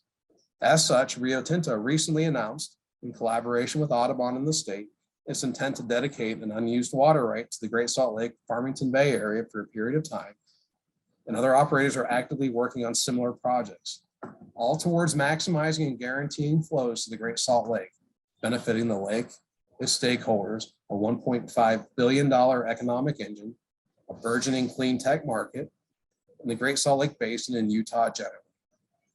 As an industry, we are heavily invested and engaged in supporting decades of future production, growth, and enhanced sustainability. We appreciate Utah legislature's recent focus on the Great Salt Lake to support its health and protection, promote opportunity in a new clean tech global economy, and recognize the over $1.5 billion in local economic contribution already being made. In turn, we will remain vigilant, available, and supportive of your efforts to protect this global gem, the Great Salt Lake. Thank you for allowing me this opportunity to participate today. So as we transition to the second part of our program, we accomplished, I think, what we were trying to, which is I had a couple of people come up to me during the break and say, I'm thoroughly depressed. This is completely terrible. What are we going to do? And that really wasn't the intent necessarily, but I do think that an increased awareness of the challenges we've got can help us spark the right kind of action that we need. And so that's where we're going to pivot to now. We're going to start with some solution conversation with my good friend and neighbor, Tage Flint, and then we'll keep going through the program as outlined. But stick with us. By the end of the morning, I think you'll see that there's some meaningful things that we have planned and can continue to do to make a difference. So without further ado, let's switch to the Tage Flint section. Hello, my name's Tage Flint. I'm the General Manager of Weber Basin Water Conservancy District, and happy to participate in the program, albeit through video as opposed to being there in person. I have a commitment this week for an out-of-town meeting that I could not get out of, but happy to participate. Happy that we're talking about this in a general forum about the Great Salt Lake and about its importance, which I share completely, and hope that we can come to some conclusions as to a pathward forward for our lake and for our realities that they're dealing with water supply in the state of Utah. I feel a need to point out the fact that I grew up on the shores of the Great Salt Lake in Davis County, and spent my whole childhood on its shores, looking around and doing a lot of activities, and very much enjoyed that. And I think because of that, I do share a need of the importance of making sure that our lake stays healthy going forward. I have told many of my colleagues for many years now that I firmly believe this, that the Great Salt Lake is going to drive water policy in northern Utah going forward. And what I add to that statement is that it should, and that protection of the lake should come at a higher priority than it has been done in the past. I often reflect on the fact that when I started my career in water purveyance some 36 years ago, the lake was regarded as something of a depository for water that could not be used any other way. And that if good water, pure water, was able to make its way to the lake, then maybe it was a bad idea. And nowadays, I think not only mine, but the public sentiment, and certainly our leaders' sentiment, has changed to the point where we now understand the importance of that lake staying healthy, and that water should get to the lake at a reasonable pace. As a water manager, we share the few of us in the state share an interesting perspective, and that is we see ourselves residing right in the middle of water need, whether that's for agriculture, water supply for the population, clean drinking water for our citizens, fish and wildlife flow rates that need to exist in rivers for our fisheries, estuaries elsewhere along the watershed, and certainly the Great Salt Lake need to be protected and taken care of. Wastewater needs to be cleaned and put back into the system in a responsible way. The economy of the state, which largely depends on water supply, has to continue to be buoyed up by water, and to be sure that there are jobs and industry that reflect the needs of the state and its growing population. Growing population in general, the fact that we are going to double again in the next 40 to 50 years in our population is a daunting topic. But the water agencies in the state reside in the middle of all those and many, many more, where we're being tugged and pulled. We're rarely popular amongst any of those special interests, knowing full well that we need to do our best to try to meet the needs of all of those I listed and many more in addition. One thought that I've had for many years, and I've told many of our state leaders over time, is that we need to be careful not to be fooled into thinking that there's a simple answer to the Great Salt Lake and to its needs. I don't believe that. I believe everything we do is in the complex category, and something that we need to pay particular attention to and know that the results are going to come slowly and after a lot of effort. I'll give you a couple examples of what I mean by there is no simple answer. One I hear a lot is that water conservation in and of itself will save the Great Salt Lake. It will cure the future water needs of the state of Utah. And that's all we need to do. That has not been my experience. It doesn't mean it's not important, and I'll talk about that here in a moment. But what I do mean is that water conservation in and of itself has to be done responsibly, and particularly when we're talking about the Great Salt Lake. If we conserve too much to the point where we're consuming all water without any return flow or much to the Great Salt Lake, we are going to impact the lake with water conservation. And so again, the simple statement that water conservation is the answer to everything, I disagree with. Is it important? Yes. Is it the most important? Yes, but not something that can be done haphazardly and simply. Another trap that we may fall into is being fooled into thinking that all water development in the future is going to be detrimental to the lake and to the state in general.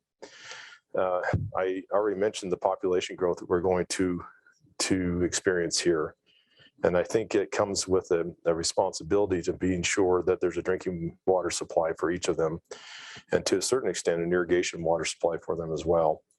And to think that all water development should stop at this point seems to be folly. What we need to do is do it responsibly and mitigate anything we do going forward so that the lake does not receive more detriment effects. And in essence, we mitigate anything we do from here on out as it pertains to the Great Salt Lake. Doesn't mean we should just stop everything going forward. The good news is that we have been successful in our water conservation efforts and are going to be more successful going forward. And we've been able to delay water projects that could have had some impact to the lake that we think now at least has been delayed and maybe eliminated, and other ones that could certainly be mitigated as we go forward. So something to keep in mind there on simple answers versus a complex question.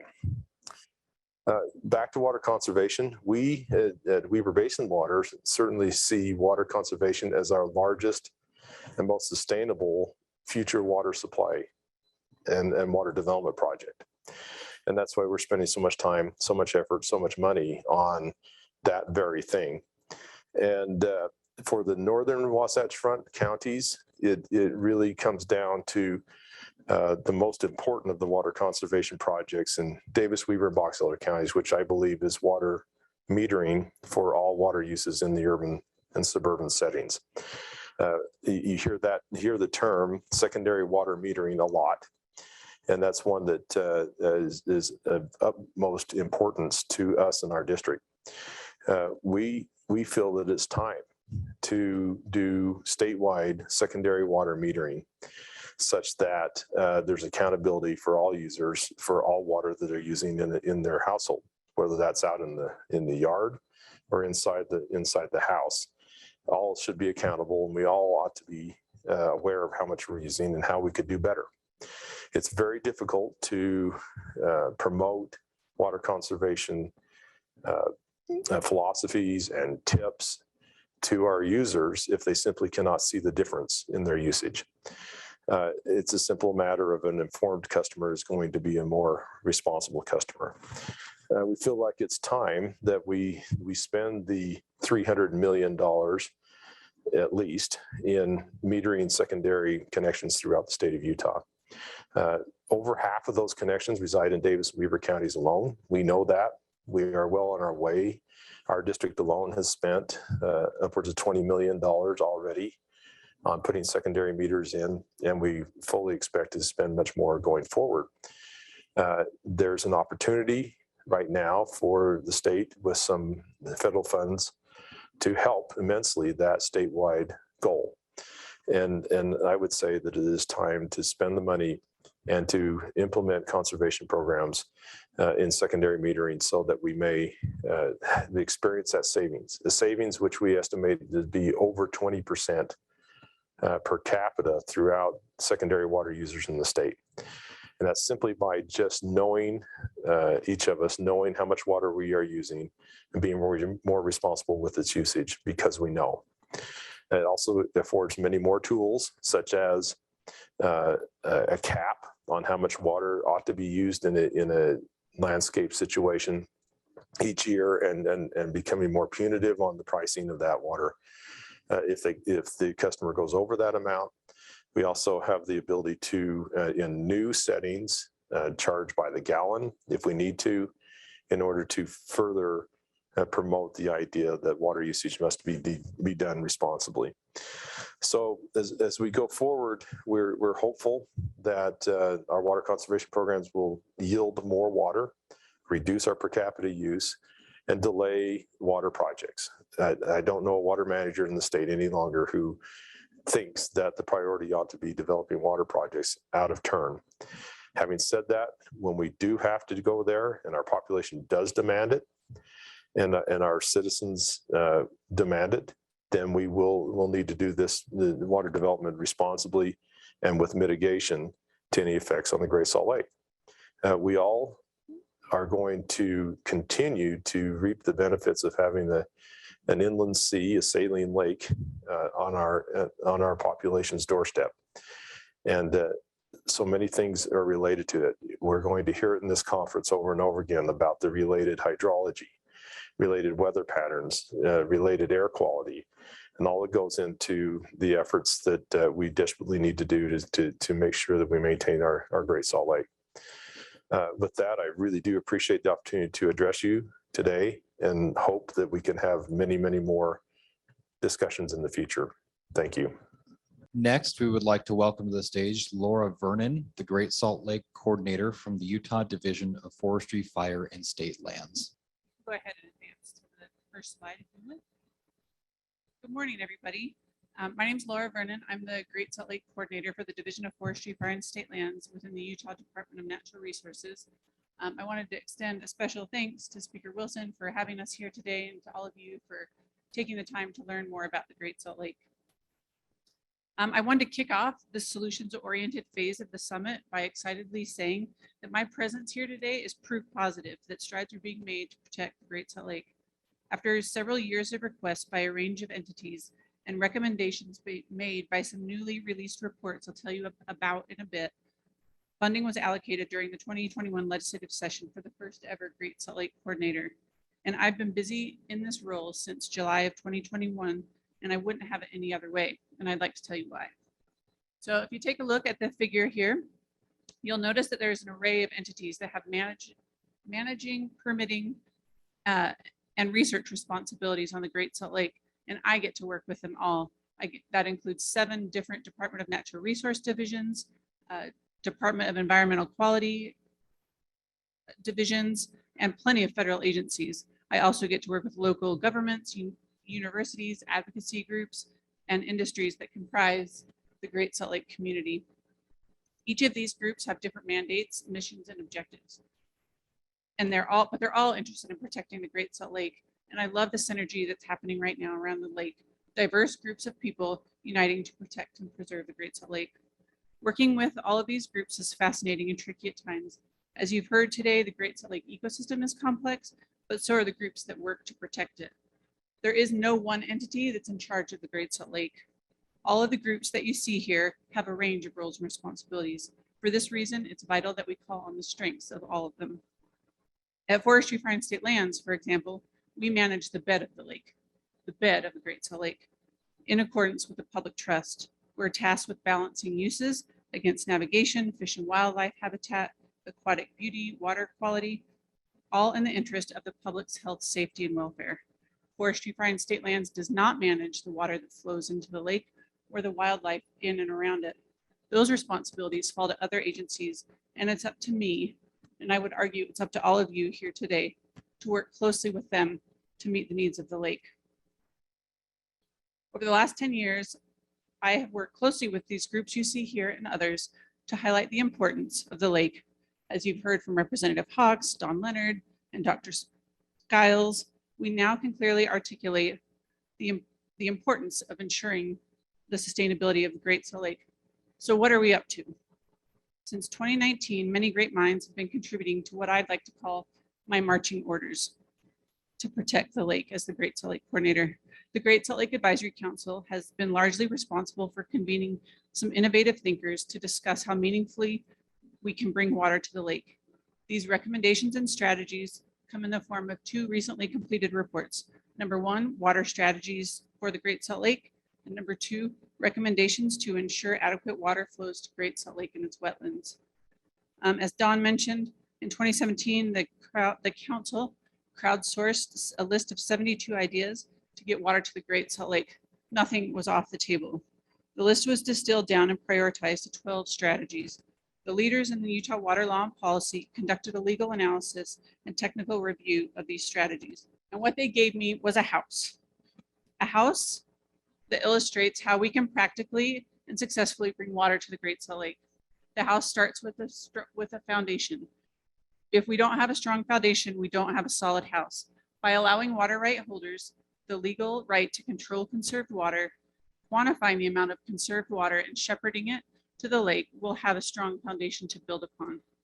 Agency coordination, as you see, is the framework that holds the house together.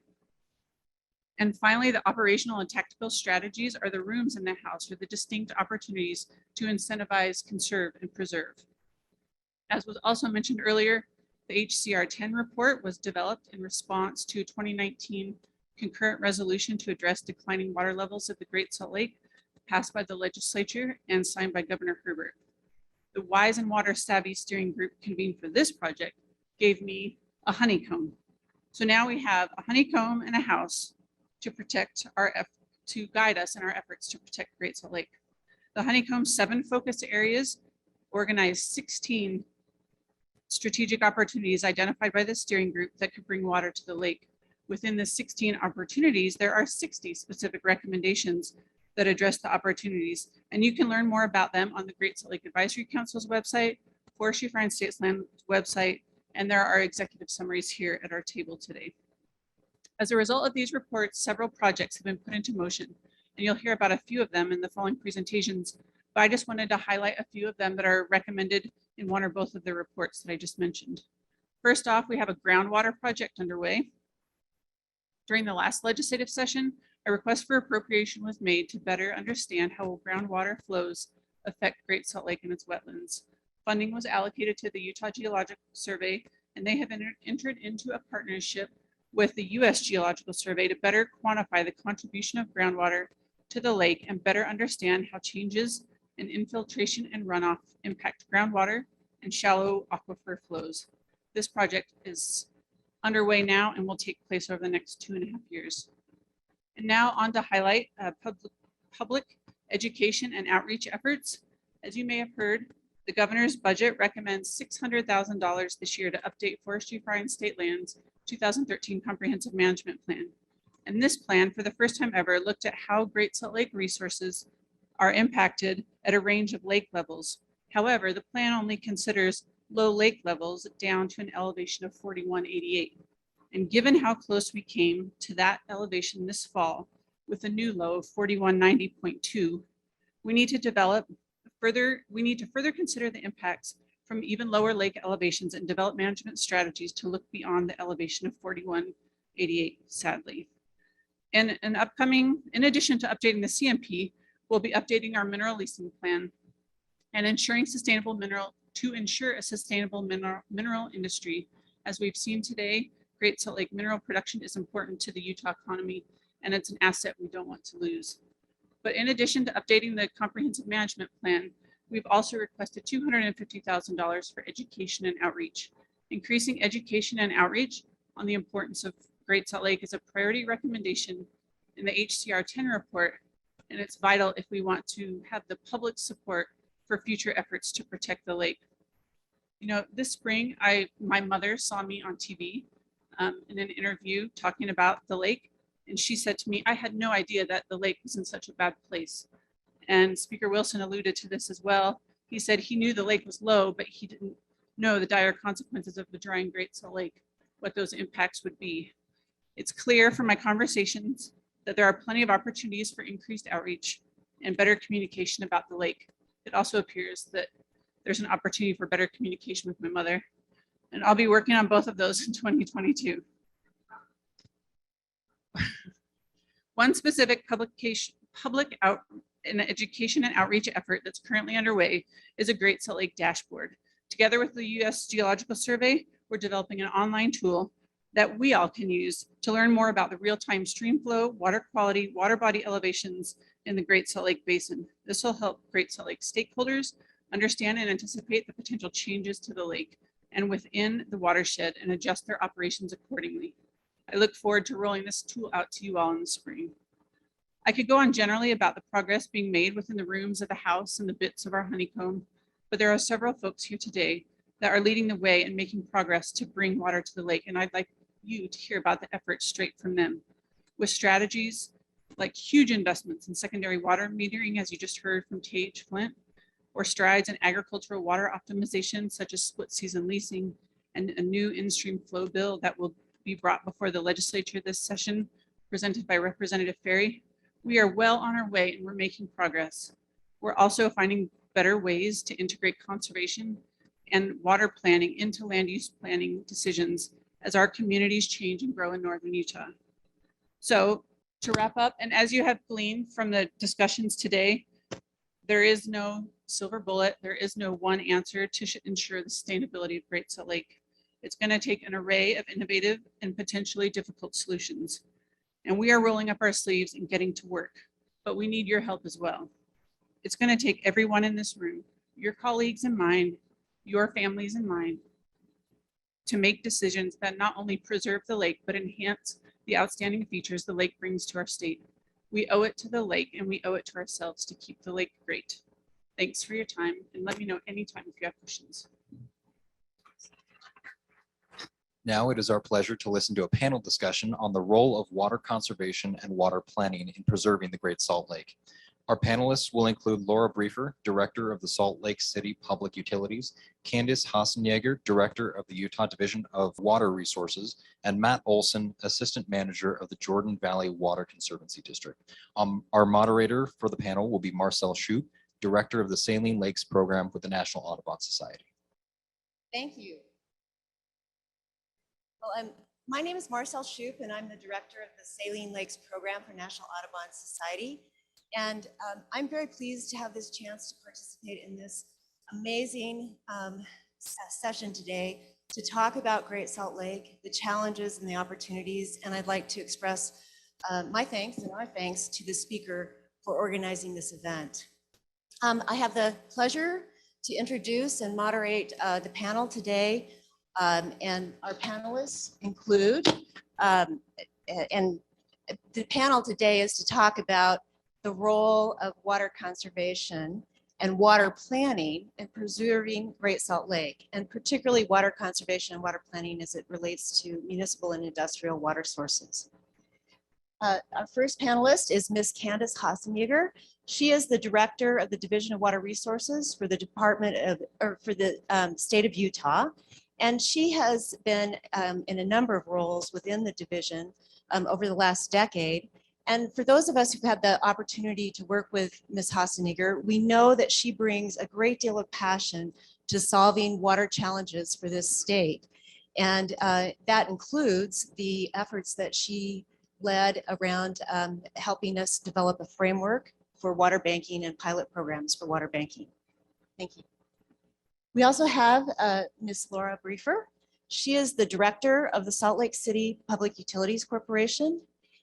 She holds a number of boards positions on national and local boards, including the Utah Lake Water Users Association. She's known for her ingenuity and efforts in working on watershed management issues affecting a large metropolitan area and working with a great deal of diverse stakeholders in accomplishing outcomes. And then we also have Matt Olson, who is the Assistant General Manager for the Jordan Valley Water Conservancy District. He has spearheaded some very important, large water conservation efforts, both indoor and outdoor, including a incentives program. So we are going to hear from them today, and I get the opportunity to ask them some great questions, I hope. And what we'd like to talk about, you just heard from Laura Vernon. There were two particular reports that came out last year, the 2020 Great Salt Lake Advisory Council Water Strategies Report and the 2020 Great Salt Lake HCR 10 Steering Report. Both of those reports had recommendations recognizing that water conservation and filling data gaps were really critical benefiting Great Salt Lake. So Ms. Haasemeuter, or Director Haasemeuter, I would like to say, my first question goes to you. So as your division is responsible for a number of issues regarding setting water conservation goals and doing water planning across the state. I'd like to hear from you, and I think our audience would like to hear from you. What do you think are some of the most important water conservation and water planning efforts that can be undertaken that can benefit Great Salt Lake? Thank you, Marcel, and just really excited to be here with all of you today. Just let me first say, I think it's pretty amazing every day when I go to turn on my tap to brush my teeth that water comes out. I think that's pretty incredible, and I'm grateful every day for all those people who make that possible. And I think it's all something we take for granted as well. We all recognize that water is an essential component to life, and there is no substitute for it. We live in an arid state, and we're one of the fastest growing, again, in 2020, Utah is the fastest growing state in the nation. And this year, wow, it was crazy, right? It was such an extreme drought that most of us haven't seen in our lifetimes, the water situation that we've been in. And boy, did we have a response from the public that engaged and reduced their water use to save water. Because we're facing some real challenges, as you mentioned, Marcel. So with some of the areas that I think have some of the greatest benefits as far as conservation and providing more water for all the different uses include integrating land use and water planning. And essentially that's how we grow today, sets our water use patterns for decades to come. The landscape, if I go buy, a lot and develop a house, the landscape I choose to put in, that sets that water use pattern for that house for a really long time.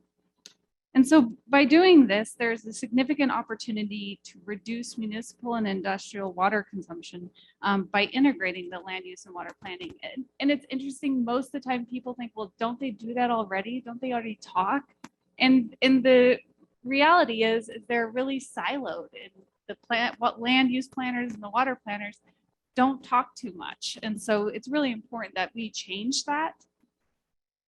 So incorporating water planning into high-level planning documents such as master plans and primary methods for communities to begin water and land use planning integration. So this year, the legislature appropriated $270,000 to the Division of Water Resources to work on integrating land use and water planning. We were able to leverage $30,000 from the Great Salt Lake Advisory Council, and we did a phase 1 step where we created a framework for community action, a stakeholder checklist, and a Utah community assessment. So really specific for Utah, developed for Utah. We're working on a phase 2 that we just got contracted that will be able to actually hold workshops in local areas to help bring those groups together, those land use planners, those water planners, the policy leaders in the local community to really integrate those. And then also I just wanted to highlight what Tage Flint said as far as secondary metering. That's an awesome way that we can reduce how much water we use. And there is a huge investment already in it. Right now there's $50 million appropriated from ARPA funds, and an additional 200 million potentially could come to that. And that saves anywhere between 20 and 30% of water. And then also the other one that I wanted to mention today, Marcel, was really rebates for land use, for water-wise landscaping, really making that available to help residents and to incentivize them on how to change their landscapes. When we think of water and water use, it's really the water, and I want to say and I'm such an engineer, so sorry you guys, but I want to talk about depletions. The way we can reduce our depletions can really impact how much water gets to Great Salt Lake. And so that's really converting our kind of thirsty grass to something more water wise.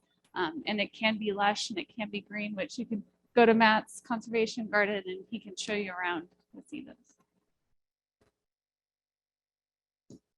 Well, thank you very much for that.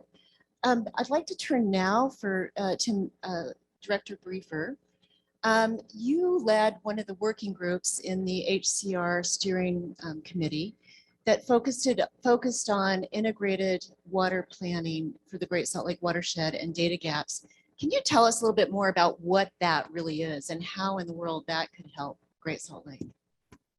Yeah, sure. And thank you, Marcel, for participating on that group with me as well. So integrated water planning differs a little bit from the integration of land and water management, but the integration of land and water management is part of that whole system of framework. So as you've heard today, Great Salt Lake is critical to Utah and its residents and is threatened. And to address this problem, it's really important for us to really have a good understanding of the broad environmental and management systems that incorporate Great Salt Lake. Of note, I think you've heard today that Great Salt Lake is situated within 5 different counties. The watershed serving Great Salt Lake is situated with even more government jurisdictions, numerous cities and counties and other political subdivisions. There are many state, federal, and local agency departments that manage some aspect of Great Salt Lake. And the management of the water and land in and around Great Salt Lake occurs under legal and management frameworks that include all sorts of varied topics: water rights, water quality, sovereign lands, land use, wildlife, recreation, and economic growth and development. So I think, as you've heard Laura Vernon say earlier, no single entity is responsible for making all decisions that would affect Great Salt Lake, but every single entity's decisions over a broad range of topics could have an impact on the lake, both incrementally and cumulatively. So our working group really focused on that big interconnected picture of Great Salt Lake and the watershed that supports it, and included various stakeholders and entities that make decisions and plans that both interface with Great Salt Lake and are also potentially impacted by consequences of a shrinking Great Salt Lake. So integrated water planning and management actually has a definition, and the definition is surrounding alignment of different operational, institutional, and legal frameworks to meet a common goal. This is sometimes referred to more easily as a one water concept. And so for Great Salt Lake, what does that mean? It means that there is an adequate supply of water that is sustainable over many years, that water quality is maintained at levels that meet societal quality objectives, that key ecological functions are protected, and we heard some things about that today, the amazing bird habitat we have, the hydrology, the snowpack, all of those are key ecological functions, but also allows sustainable economic development over the short and the long terms. So our group deliberated on how best to meaningfully align a lot of these different, very complex but interrelated objectives in decision-making across jurisdictions. And I'll share some of our thoughts on that. Candace just discussed the integration of land use and water planning. That's one strategy that would fall within this broader context of integrated planning. And it brings land use and water planning more in alignment with one another to meet a common objective. Another example would be an integrated water planning strategy that aligns the needs of Great Salt Lake into our overarching water resources planning, whether you're a community, a state, a region. And an example of that is in Salt Lake City, for instance. We've changed our approach and thinking around the future of wastewater reuse. We have a sewer treatment plant that discharges into Great Salt Lake. It's part of our water supply and demand plan for future human uses, but there may be much greater value in allowing that treated effluent to return back into the lake and into Farmington Bay. Decisions about growth are important. Our group was very interested in that. And that's about smart growth. It's about maintaining our economic opportunities and vibrancy, but also keeping that North Star pointed at Great Salt Lake and what are our decisions doing there. So a concrete example of that, again, with Salt Lake City is that in trying to integrate our land use decisions, we recently enacted a city ordinance that limits economic development of very, very large water users. And that was in response to a lot of proposals we've received from potential industry that would use 1 to 3 million gallons of water per day. And so while we're allowing ourselves some flexibility to grow in that cap, we're also recognizing that we really need to make smart decisions about how we grow. The group also determined, and this has been reiterated over and over again, water conservation actions are key. Water conservation not only frees up more water for supply for the future, but water conservation can meet Great Salt Lake objectives. And now with some of the tools we have in our toolbox, such as water banking, that can become more of a reality. Coordination is an extremely important concept between all of these agencies.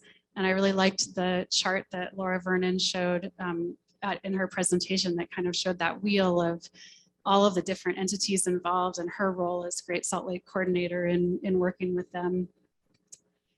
Public engagement was incredibly important. The more engaged and informed our residents are and other stakeholders within Great Salt Lake, the better our integrated decision-making will be. And it was great to hear that some funding's been put into that as well. And then finally, closing our data gaps that we have in the knowledge of baseline conditions. We want to make sure that we're basing our decisions on good information. Laura again mentioned the groundwater study project, which is really important. Also other studies in terms of understanding the impacts and effects of water flows, wastewater flows and reuse, and just overall quantification of water inputs into Great Salt Lake. We can refine our understandings about that and make really good decisions about that too. So I thought that I'll wrap up on the integrated planning side. Thank you. Thank you. I think that integrated planning is on both fronts, land and water planning and integrated water management planning for the watershed are really, really important. So I'm really glad those came out in the recommendations and that there's some progress on those issues. Mr. Olson, you're kind of more on the ground. You are working with the district to undertake a number of efforts around water conservation, in the district service area. And I've had a chance to learn a little bit more about that, but I'm wondering if you could describe for our audience what some of those efforts are and what those impacts are and how they benefit Great Salt Lake. I'd be happy to, and thanks for the opportunity. I think many times we hear why conserve, and I think this summit provides many significant reasons why we should. Very impressive, and I would just say that we are in a position to learn from other Western states on how they responded to drought, to water supply issues. And I think we're in a strong position where we can take proactive steps today and not be in an emergency. And I would just say that that's something I'm very impressed with this group getting together. In terms of Jordan Valley, I would say about 20 years ago, we got involved with water conservation. Primarily at the time, it was on education. We had a little group of staff in a hidden corner in the upstairs. We called them the cells reduction staff. At the time, I don't know if they were respected in the way I think we do now. I think we look at water conservation efforts now as a very important strategic arm of what we're trying to accomplish. And we do look at water conservation as the next supply. And another way to think about it is in terms of demand management. As we free up supply, that supply can be used for other purposes. And one of the things I'd say, so about 7 years ago, we got more involved with looking at water conservation as a strategic demand management initiative. And we started developing many incentive programs that were geared towards converting landscapes to be more water efficient, started converting toilets to be high efficiency toilets. And we started spending significant amounts of dollars to do that. The reason why we could justify it is because we could look at the cost of future supply projects and we could see the significant costs that were there. And if we were willing to spend that money in the future, why couldn't we spend similar costs now in terms of water conservation in smaller doses to prepare for that future date and make sure that we're using our existing supplies to the most beneficial use and efficiency. So I think that's the main thing. I would say for water conservation, there's three primary areas of focus. You have education, and that goes along the lines with secondary metering and more enhanced billing. Another area of focus for water conservation is incentives. So that's providing people with dollars to convert landscapes, change out toilets. And then there's a regulatory part. And those are really the three building blocks to effective water conservation.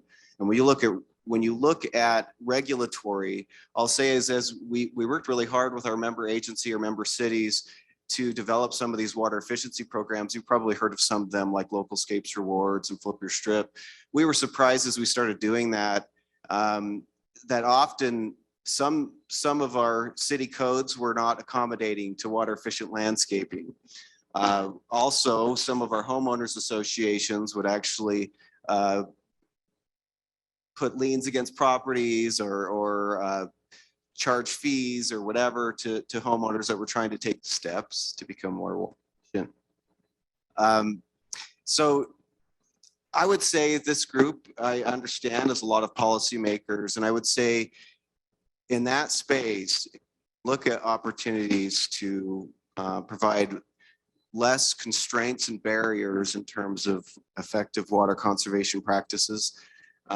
Stopping those from happening for those that are willing to participate, that'd be great. And then I think that's probably the main concepts I'd cover in that part. Jordan Valley's been involved and be happy to answer any more questions you may have. Well, I do have a question for each of you. It's the same question. And you know what we've been talking about really are efforts or actions that typically are in the domain of local jurisdictions, cities and counties. What advice would you give, or what do you think local elected officials could do to really affect change on this front of water conservation and efforts that would protect Great Salt Lake? So who would like to start first? I'll go first. Well, I think our local elected officials are perfect conveners of the public and stakeholders. We won't get much done if our residents, businesses, stakeholders don't understand the problem that we're trying to solve, the threats that we face, need to act. And our local elected officials are so close to their constituents. And I think that being a convener, being involved in the public engagement process is really critical on all of these things we're talking about, but really on how our actions can both impact or be affected by declining levels of Great Salt Lake. So I would just add a couple of additional ones. One of the things that we learned in our phase 1 of integrating land use and water planning, and I forgot to mention that those reports and resources are on the Division Water Resources website, water.utah.gov, just so you guys know that. But one of the important things that we learned is that integrating land use and water planning truly requires a champion. It requires someone who recognizes its value and is committed to making it happen. So whether that's, saying, hey, my city wants a workshop, or we want to be participants, or I want to have my staff, evaluate this material, those type of things. It really needs a workshop, or really needs a champion. And I think that the policy leaders can do just that. It's just bring those people together and ensure that the land use planning and water planners are working together. The other one I thought of is really just being a leader in water conservation in your area, whether it's at the state or the local level. I mean, look around. Do you see areas where your city could remove a park strip, or change a park, or do something, putting resources and benefits to that? Yeah, and I just think that policy leaders have such a great role, and we do need leadership in conservation. One of the things I heard, I did a lot of interviews during this last year for the drought, and one of the things that I heard over and over again is, well, what is the government doing? What is the state doing? What are the cities doing? And I think that's really where we can show leadership within our roles to do something to reduce the amount of water we use and to show water conservation. I would just like to say that every land use decision is a water management decision. And Candace touched on this idea before, but you create a perpetual commitment to that individual parcel of land for decades every time you make a decision. And what happens is often in these other states that I talked about, where they've had to deal with water conservation and maybe in more of an emergency mode, you end up spending ridiculous amounts of money either on Owens Lake or on turf removal programs. And I think the Regional Water Conservation Goals report talked about removing and making a landscape more efficient later costs about 5 times more than it would be if you just install it water efficient to begin with. And I would just say that focus became really pronounced for Jordan Valley as we started doing these programs, because we were so happy that people were starting to flip their strips and install more water efficient landscaping. And then we'd look down the street and sure enough, you'd see 50 homes went in using traditional landscaping. And we started realizing that we're chasing our tails a little bit. And that's where we started going into this next phase of what we developed a series of water efficiency standards for new construction. And with those efficiency standards, we started promoting them heavily with our member agencies. And at this point, 4 of them have adopted significant outdoor restrictions on where turf can be installed, drip irrigation, hardscapes, and we've seen it in Harriman City, South Jordan, West Jordan, Bluffdale at this point, and it's for all new construction, and it's not just commercial, which is very common. It's for all residential as well. And when we were talking to Harriman City as they evaluated looking forward into the future, is why would you do something like that? They're looking at the cost of water, and it's going up significantly as we go forward. It's just the way it is. It's going up everywhere. And they looked at the cost of infrastructure and the cost to supply that future population. Became for them an obvious decision to say, we've got to make a difference here. Not only are we going to be saving water we're going to reduce our costs significantly going forward. And if you look at it, you can think of delivering water in terms of peaking factors. And the way our systems are generally designed is, if you look at it, our indoor needs are covered generally when you look at the winter. And if you look at the peak in July, it's 5 or 6 times more peaking than what you see in the winter, which means that the infrastructure that's designed around that has to be designed to support the peak. And if you look at the cost of infrastructure going forward, we could see significant reductions in the cost of infrastructure if we decide to use water more efficiently, buffer our peaks. So then what we do is we shift a lot of that water that's going towards watering our grass in many cases, and maybe use it more beneficial purposes. But what that does is it reduces that peak significantly. And what we can do is we could build our infrastructure so it doesn't have to be so large, and that's a benefit to everyone as well. So I think that's some of the conclusions that the cities have taken as they've adopted these water efficiency standards. It's not just to help a single cause, it's multifaceted. It helps the environment, it reduces costs, and it's a great benefit for the future populations that plan to move in those cities. So the ideas and concepts that we've been talking about so far are ideas that are starting. Some of them are in action now, but they're arguably designed not only to help the near term, but really to change the long-term trajectory.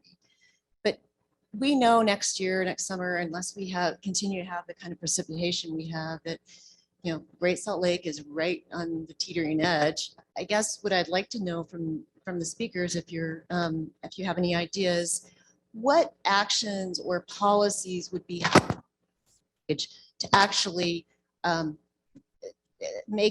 help these activities or these ideas move more quickly and essentially make water conservation happen faster? Okay. So a couple of ideas that I had, and I totally agree with you, that the time is now to start doing these things. And I loved Matt's analogy about chasing our tails, when we're trying to get all these rebates out there to save water, and then, new construction goes in with complete turf, those type of things. And I'm not saying turf is bad. There is some turf that is low water use turf. So let me just clarify that, because I'll probably get in trouble if I don't with some people.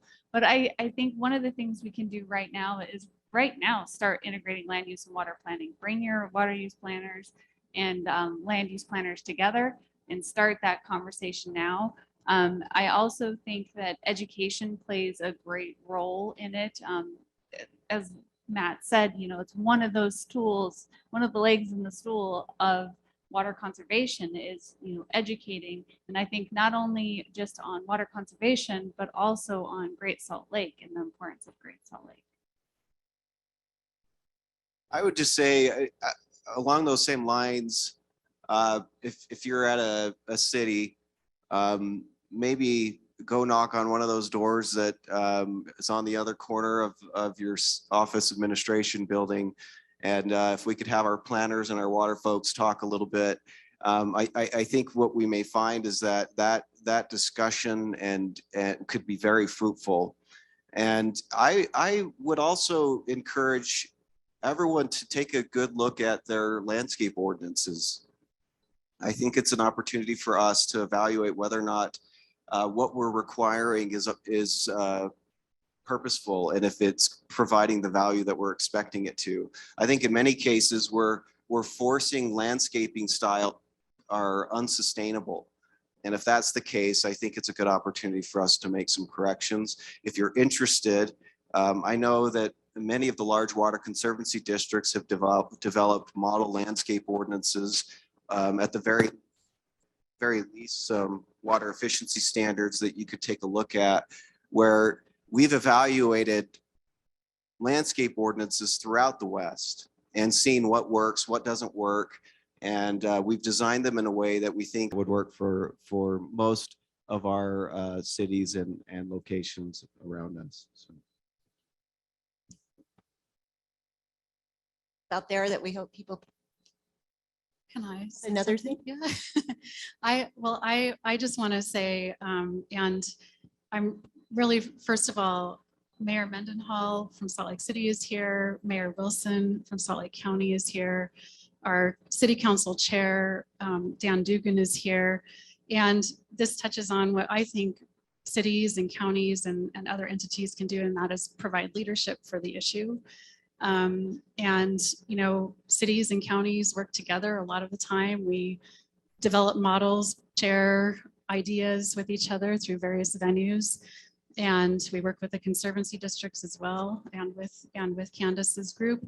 But I really think that leadership component is a really big thing for Great Salt Lake and for conservation and for long-term strategic planning.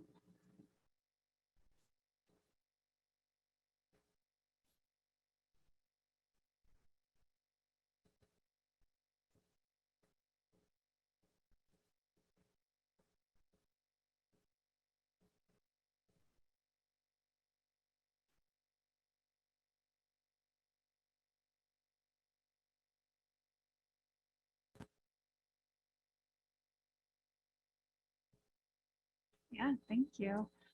So one of the things I think a lot about in regards to water conservation in Great Salt Lake is really just seeing the link of our everyday actions, what we do, what the choices we make, and how it will impact Great Salt Lake. I think all of us play a role, and we can all make big strides to help protect the lake. You know, when I first started my career in water here in Utah, I had a lot of people actually say to me, "Oh, don't let the water run down the Jordan River. It just gets to Great, and it's wasted." And I think that ethic, as exemplified here, that ethic is definitely changing, and that feeling about the need to keep water within the lake. And so I think we just need to continue to evolve in our understanding and ethics surrounding water and Great Salt Lake and conservation. Yeah, I'd probably say there's a couple obvious benefits from my perspective to the Great Salt Lake as we use water more efficiently. I think one of the main ones is as we transition towards more efficient outdoor use, then our water can actually be used for more indoor uses. And as we do that, that transition does lead to more water being captured by our wastewater systems and eventually go back to streams and rivers and lakes. And I think that's one main benefit. But the other one is it defers very costly water supply projects for decades if we can do this right. And I think that's, you know, I think Tage mentioned it in his, if that's something that we can all achieve, is to continue to push and defer and use the water that we have right now more efficiently, then we're going to be in a much stronger position as a community as we go forward. Well, thank you very much to each of our speakers. I think we've heard a lot of good ideas so far, and I believe that we don't have time for questions here, but I think that each of our speakers would be willing to take your questions either in the hallway, or you can contact them through their respective government agencies. And again, we'd like to thank the speaker and a number of the other legislators for inviting us to speak with you today about these important issues. So thank you.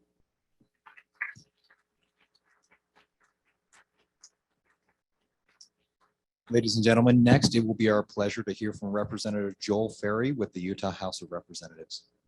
All right, I'm Representative Joel Ferry, and it is a pleasure to be with you here today. And Edward, if you want to start the slideshow, and I'll just tell you the next slide.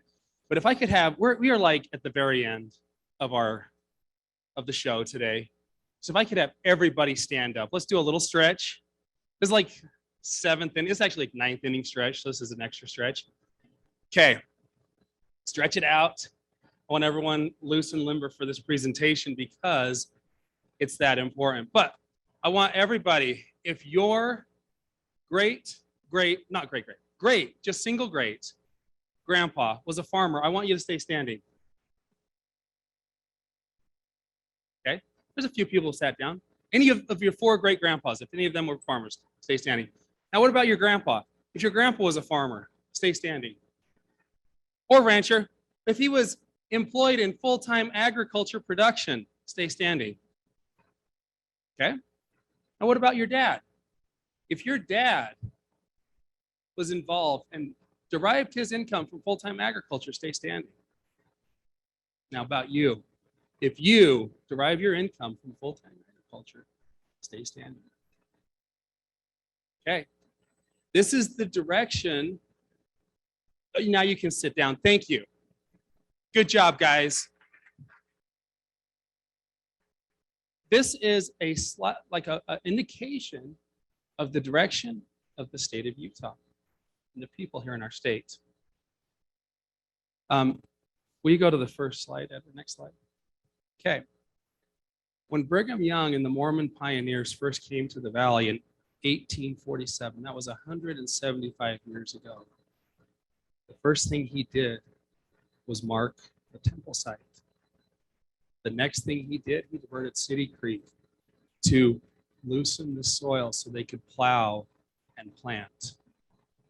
Our agriculture roots and diversion of water in the state of Utah goes back 175 years. It goes back generations. Today, we continue to do that same thing. Diversion of water for irrigation and growing of crops. There's a lot of things that have changed over the last 175 years. We've shifted as a state from an agrarian-based economy. Back then, agriculture was how people lived. You didn't grow your food, you didn't eat. Today, we have an economy that's based on diverse manufacturing, finance, defense, tech. So this shift has taken the average Utahn, and we saw it here today. This was a prime example. We're 3 generations removed from the family farm now, on average. Today, less than 1% of the state's population is involved in full-time production agriculture. Less than 1%.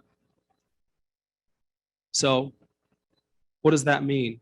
It means that today we enjoy fresh fruits, fresh meats, grains on a daily basis without having to live that basic subsistence farming lifestyle. So what made it possible for those changes? What made it possible that just in 3 generations, the rest of human history was agrarian based? And in the last 3 generations, we have shifted. And what made that possible? Advancements in technology, I would argue, and I would make that point. Advancements in technology is what made it possible for us to live the lifestyle we have today. This same principle can be applied, and I believe that it's a solution, one of the main solutions to our agriculture irrigation practices, one of the main solutions to this water efficiency and optimization issue that we're going to be discussing today over the next few minutes. So today in the state of Utah, agriculture, so direct agriculture receipts account for about $2 billion of our state's GDP. That's 2.3% of our state's GDP. It's a big number. Value added, according to the Deseret News, value added in agriculture in our state's economy is upwards of 20% of our state's economy. That's food processing, that's production or grocery sales. It's those type of products directly related to an agriculture product. Agriculture production manufacturing continue to be a major driver of our state's economy.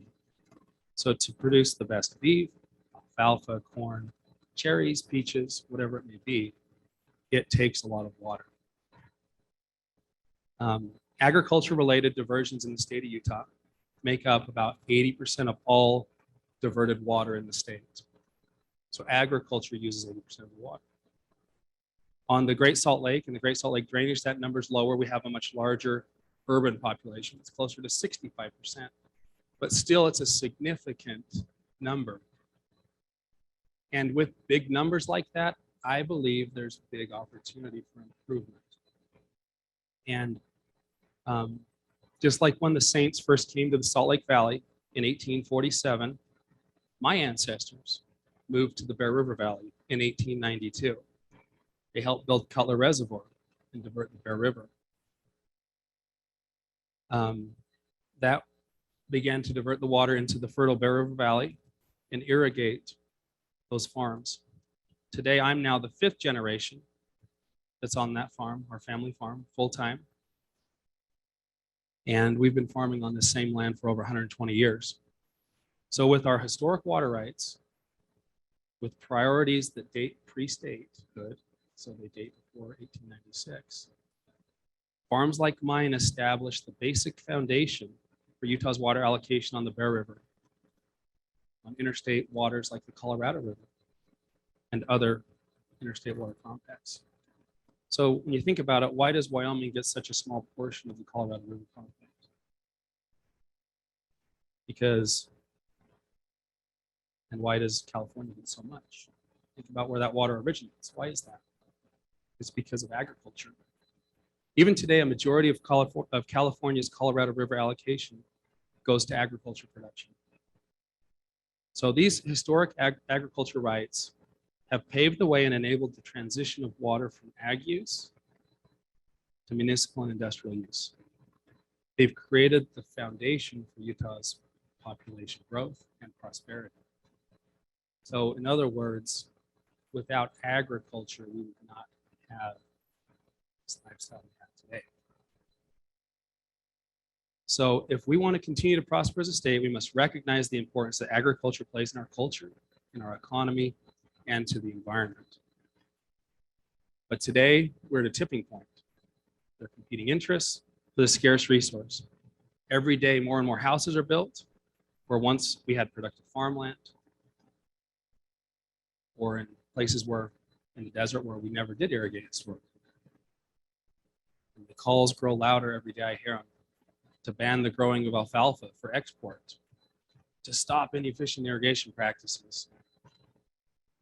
Just this past summer, Great Salt Lake, we saw it hit record lows. We've heard about this. Reservoirs throughout the state hit record lows. We're seeing record high temperatures. We're seeing record droughts. We're seeing impacts, not of our making, but that we have to deal with. So what do we do? And that's what I want my presentation to focus on. We recognize that there's a problem. What are the solutions? And today I want to talk about some of the solutions, because do we want to be known as the Dust Bowl of the West instead of the Crossroads of the West? Do we want to be the ghost town of the West? Do we want open space, rural areas? So we all know we have a problem. We can see the Titanic heading for that iceberg. And the question is, do we have the willpower, and are we willing to take the steps necessary to turn that Titanic so that we miss the iceberg and we can continue to thrive and prosper as a people? I don't believe there's any silver bullet that's going to save us, but I do believe today we can take the steps necessary to make a difference. So I want to talk about some of the tools. So we can go to the next slide. This is my office view. This is where the Bear River Delta goes into the Great Salt Lake. That's where my farm is. It's beautiful, beautiful landscape. But that's at risk. It's preserving, protecting these types of areas that we're discussing. So today, let's go to the next slide. What I want to really focus my remarks on is the Utah Agriculture Water Optimization Fund. So Utah is a prior appropriation state. What that means is you're first in line, or first in time, you are first in line. So those that have a senior right, if you put that water to use first, you have first right to use that water. Agriculture, as I've discussed, was the first in time. So that means it is first in line. And we must recognize the reality that ag has managed our water in our state for over a century, for over 175 years now. So Utah's water law is based on a use it or lose it foundation as well. Subject to, if you do not use your water over a certain amount of time, it's subject to forfeiture potentially. Now, while this policy is not aggressively enforced, it is still a concern and a threat that exists within the agriculture community. Another challenge, so agriculture is using the majority of the water. it is really, really expensive to implement an agriculture efficiency project. So we kind of have three strikes against us. Number one, agriculture has the oldest priority. Good thing for agriculture, but it's a disincentive to change your practice when you're guaranteed to get your water first. Second, we have a forfeiture clause that says if you don't use your water, you will lose it. Third, the cost of implementation is so extreme that it makes it very difficult to implement broad-based and meaningful incentive practices. That's where ag water optimization comes in. So this is a program that through the state legislature we implemented. First time in 2019 was the first funding that we received here. We received $3 million. So if we can go to the next slide, we'll talk about that just a little bit. So with that $3 million, so that was 2019, and some of these projects take a few years to implement, but this is information from the Department of Agriculture and Food. That first $3 million, the 20 projects were approved, or applications were received. 16 projects were funded. Total cost was $15 million on 16 projects. But the state's portion of that was $2.7 million. In other words, there was a significant cost share. So for every dollar that the state put in, $5.77 of private money or of outside money, non-state money, went into these projects. There is significant demand, significant need that exists in this area. So what do these projects do? Or let's talk about requirements first. So next slide. So if we're going to be putting state money into a program like this, we want to make sure that we're getting a good, it's a good investment. There's a good return on that investment, that the project is secure, because we're talking about direct grants to producers, people that own water rights and own land, so that they will be more efficient and they can implement projects that will provide more water downstream. So requirements, a minimum of a 50-50 cost share, so there's skin in the game. All these projects require metering so that we can verify and justify the water savings. Annual reporting back to the Department of Agriculture and Food. All right, next slide.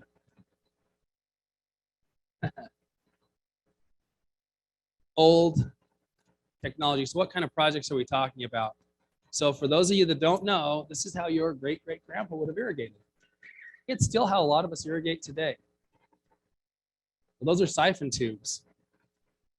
We let gravity do the work. We put the tube in the earthen ditch. You can see a dirt ditch there.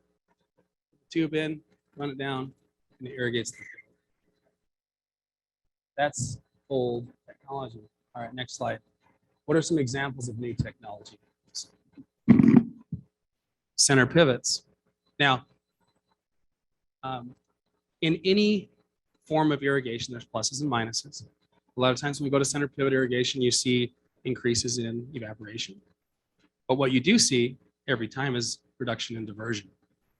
So you're reducing the amount of water you're actually diverting from a river, from a canal, from a pond, wherever, from an aquifer to irrigate those acres.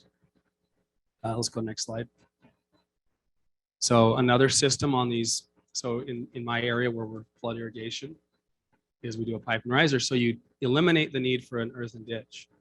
NRCS has done significant studies in this area, estimating that there's somewhere between 10 and 15% of water savings and reduction of diversion that's necessary. When I say savings, that's what I'm referring to. Necessary to meet the needs, the irrigation requirements of the crop just by piping it. So you don't have the leaching and the evaporation. If there's vegetation on the ditch, that's sucking up a lot of water. It's just an inefficient way of getting water to the crop.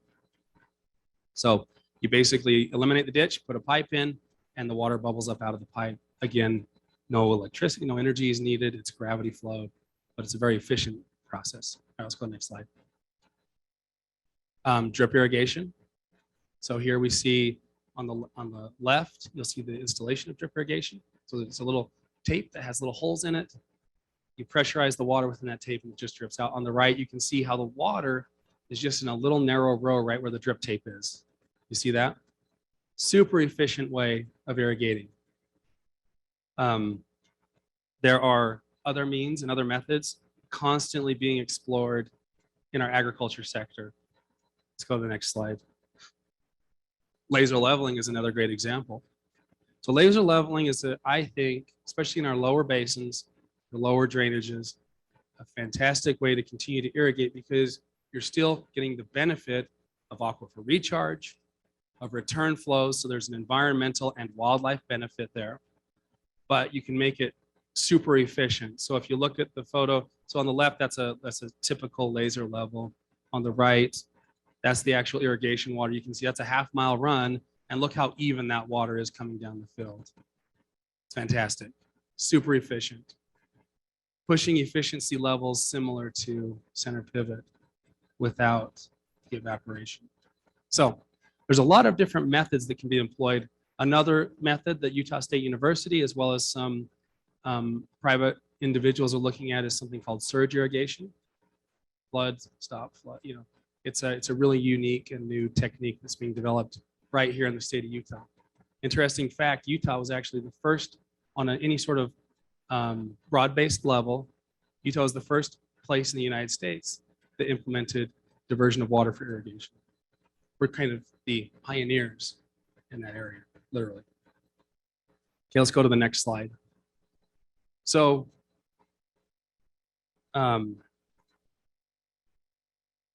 when we optimize our water, more water is available for other purposes. What we're talking about is not taking water away from agriculture. We're talking about is making agriculture more efficient. Agriculture able to produce more with less, which is what we have done over the generations, which is why very few of you are farmers today, because 1% of us can feed the other 99% now. So when we optimize, especially when we're talking Great Salt Lake drainage, that means more water stays in the natural system. More water is available for our reservoirs. More water is available to go to Great Salt Lake. All right, let's go to the next slide. Some other tools that we have that we've mentioned briefly. Last year, 2 years ago, we passed Representative Hawks sponsored legislation on a water banking statute. Very important legislation. This year, we've talked about, so it's been mentioned, House Bill 33 is in-stream flow. I want to talk about that just for a minute or two. In-stream flow legislation, what that means is we can take the savings that we incur, or if a producer, let's say this year, we saw across the state the mega drought, super drought. We saw temperatures, extreme temperatures. We saw just kind of the perfect storm. Agriculture across the state, in some areas, everywhere got cut. In some areas, it was more than others. There were places in the state that agriculture diversions got cut by up to 75%. That means the farmer received 75% less water than he was supposed to. But because we're resilient, they stay in business, and maybe next year they can catch back up. Now, think about cutting 75% of the water to an industrial plant. It's going to shut down. To a city, people would lose their minds. It's not possible. So agriculture provides a flexibility, because when we get into severe drought situations like we are today, agriculture can reduce its diversions and be flexible enough. But on the other end, when we have excess water, we only will take so much because we only need so much for our crops. And all that excess can go down into the rivers, stay in the rivers, go into the lakes. So in-stream flows, let's say a year like this, I'm going to get a 25% allocation of my water. That's not really enough for me to even grow a crop. I can place my water right, if I so choose, so that I'm not just destitute and receive no economic value. Place it into an in-stream flow, which is a non-consumptive use. That water will flow downstream. I receive compensation from a conservation group, from the state of Utah, from the federal government, whoever is participating in that program. As a producer, I can receive fair market compensation, and my water will continue to benefit these needs.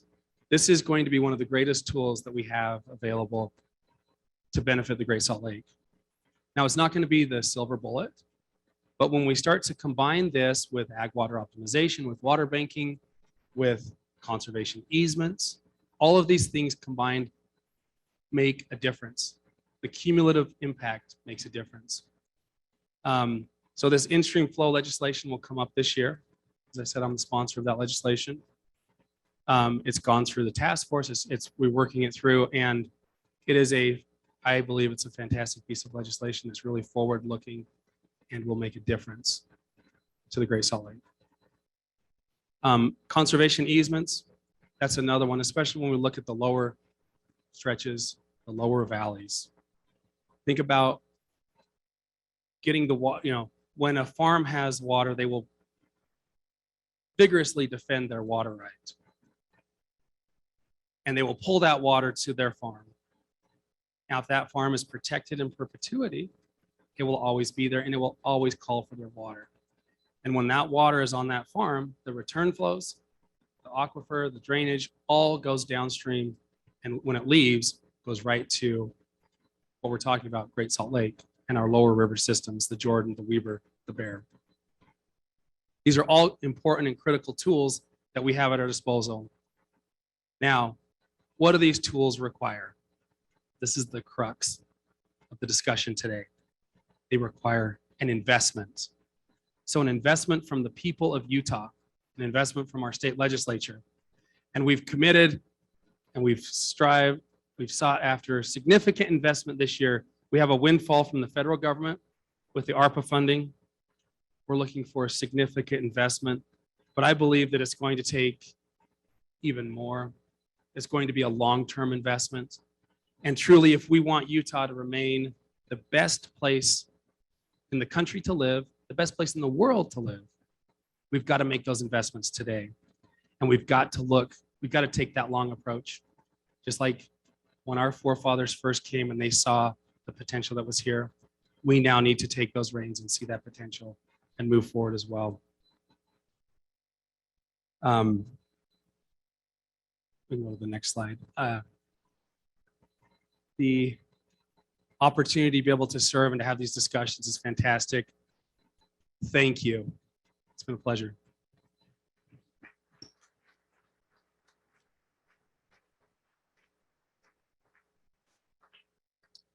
Ladies and gentlemen, finally, Speaker Brad Wilson will be joined by Nathan Bracken of Smith Hartvigsen PLLC to discuss policies and strategies regarding the Great Salt Lake as we move forward. Please welcome back Speaker Wilson and Nathan Bracken. Well, you guys are troopers. Thanks for hanging in there with us. I really appreciate it. And before we dive in with Nathan, I feel like can't see you well, Nathan. I just wanted to recognize Mayor Petro from Layton, who's here. I appreciate you being here, Joy. And Mayor Wilson from Salt Lake County was with us earlier. And I think Mayor Mendenhall is still with us as well. And I just appreciate these. There's maybe some other mayors in the room, but I appreciate these mayors coming out today. And Mayor Mendenhall came up to me a few minutes ago and said, now the pressure's on. If the lake fails, it's going to be your fault, Speaker Wilson. So, and I do think there's a collective commitment from everyone in this room, but this does sort of elevate the importance of managing the lake responsibly. So, Nathan, we're a little bit behind schedule, and so we are what's standing in between these folks and lunch. So I'm going to kind of cut to the chase on a few questions that we got for you, and let me just start with this one. So we've heard a lot today about the things that are already in place, and I've actually been up to Representative Ferry's farm, and he is a gentleman farmer, but it is absolutely breathtaking what Joel's got up there. It's beautiful, and he's done some remarkable things around water on his farm. So he talked about some of the things we've done retrospectively, but when you think, Nathan, about what needs to happen next, and what policy changes the state needs to consider, what comes to your mind? And maybe just a 30-second bio, why I'm asking you all these hard questions. Sure. So as for the bio, my name is Nathan Bracken, obviously. I'm a water policy attorney, and so I represent a number of water interests, farmers, cities, public water suppliers. I represent the Nature Conservancy National Audubon Society. And so I, along with many others, were involved with a lot of the tools that were passed in 2020. water banking, the HCR 10 report, which the legislature commissioned to determine how to get flows to the lake, and a few others. And so this is something I've been working on Great Salt Lake issues for most of my career. So that's the bio. But with your question in terms of what to do next. So there are really, in my opinion, there are two big challenges to what we need to do with the lake. And historically, the challenge that we had was our water rights law did not allow us to put water into the lake. The water community has been working on that for the last 10 years. In 2020, all of that really kind of came to fruition. We had a number of changes that were alluded to that were passed. We have Representative Ferry's in-stream flow bill, which I hope passes. I think those will give us the tools we need to actually put water into the lake from a water perspective. But going forward in terms of policies, I think Marcel's panel really hit on a lot of what we need to do in terms of next steps from a policy.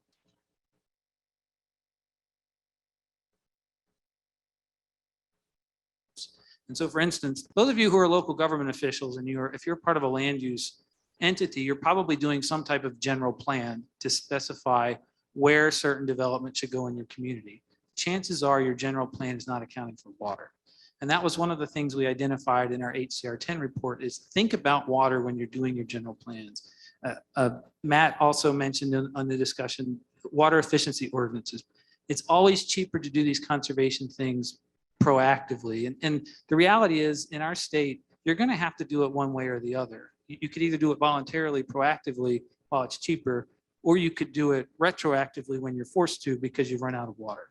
And that's a lot of things we're seeing in these other states are because they hit a crisis point. The benefit we have now is that we're getting to that crisis point, but we still have time to act. I just put an exclamation point on something you just said. So my day job, I deal in land use a little bit. And one of the reasons I pointed out Mayor Petro is we're working on a project, a residential project. That's my day job in Layton.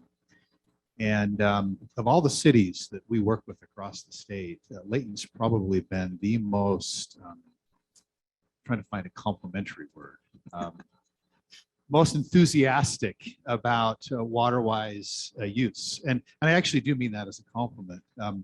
But it's been really interesting to see how aggressive they've been about making people that are going to be building homes and putting in new communities get really, really thoughtful about water-wise use. And to your point earlier, it's a whole lot cheaper to do it up front than it is to do it down the road. Well, you talked about water rights. Let's just kind of deal with the elephant in the room a little bit. So there is this perception, and Joel alluded to it, that the solution to the Great Salt Lake is to stop using water for agriculture. Yeah. Let's talk about that. Yeah, be happy to. So again, I'm a hired gun, so to speak. I represent farmers. I represent the developers who are buying the farms and the cities who are taking the water. And so I think if you look at our state's history, we've done a pretty good job of drying up our farms. And you can look at the state of the lake and you can see the impact that that's had. And I think what Joel hit on that I'd like to maybe further refine is that before this valley was settled by non-Native American peoples, this was all wild open space. And so water fell on the ground, seeped in the aquifers, and all made it back to the lake. But when you put all this hardscape over the surface, we're reducing the avenues in which water can get to the lake. And many of these farms are basically serving as critical habitat. They're serving as recharge zones. As Representative Hawks mentioned, most of the water comes from flows to the lake. Well, a lot of those flows are runoff from farms. And if you take the water off that land, the water may go somewhere else and may not get back to the lake. So that's one challenge that it's a little counterproductive. If we're just going to get rid of ag, we're likely going to make the problem worse in many cases. Not to say that every farm needs to be preserved and we're still going to be drying them up, but hopefully we can preserve as many as we can. The other challenge that we have is that, in my opinion, preserving agriculture is critical from a water management standpoint. And let me give you an example. So when you have a highly urbanized area and you don't have any farms, you have a very firm water supply.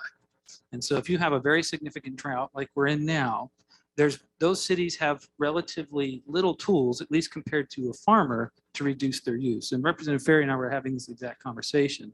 I think this year, some of the farmers in this neck of the woods saw their deliveries reduced by 75%. Now that's a tough hit to take, but a city can't withstand a hit like that.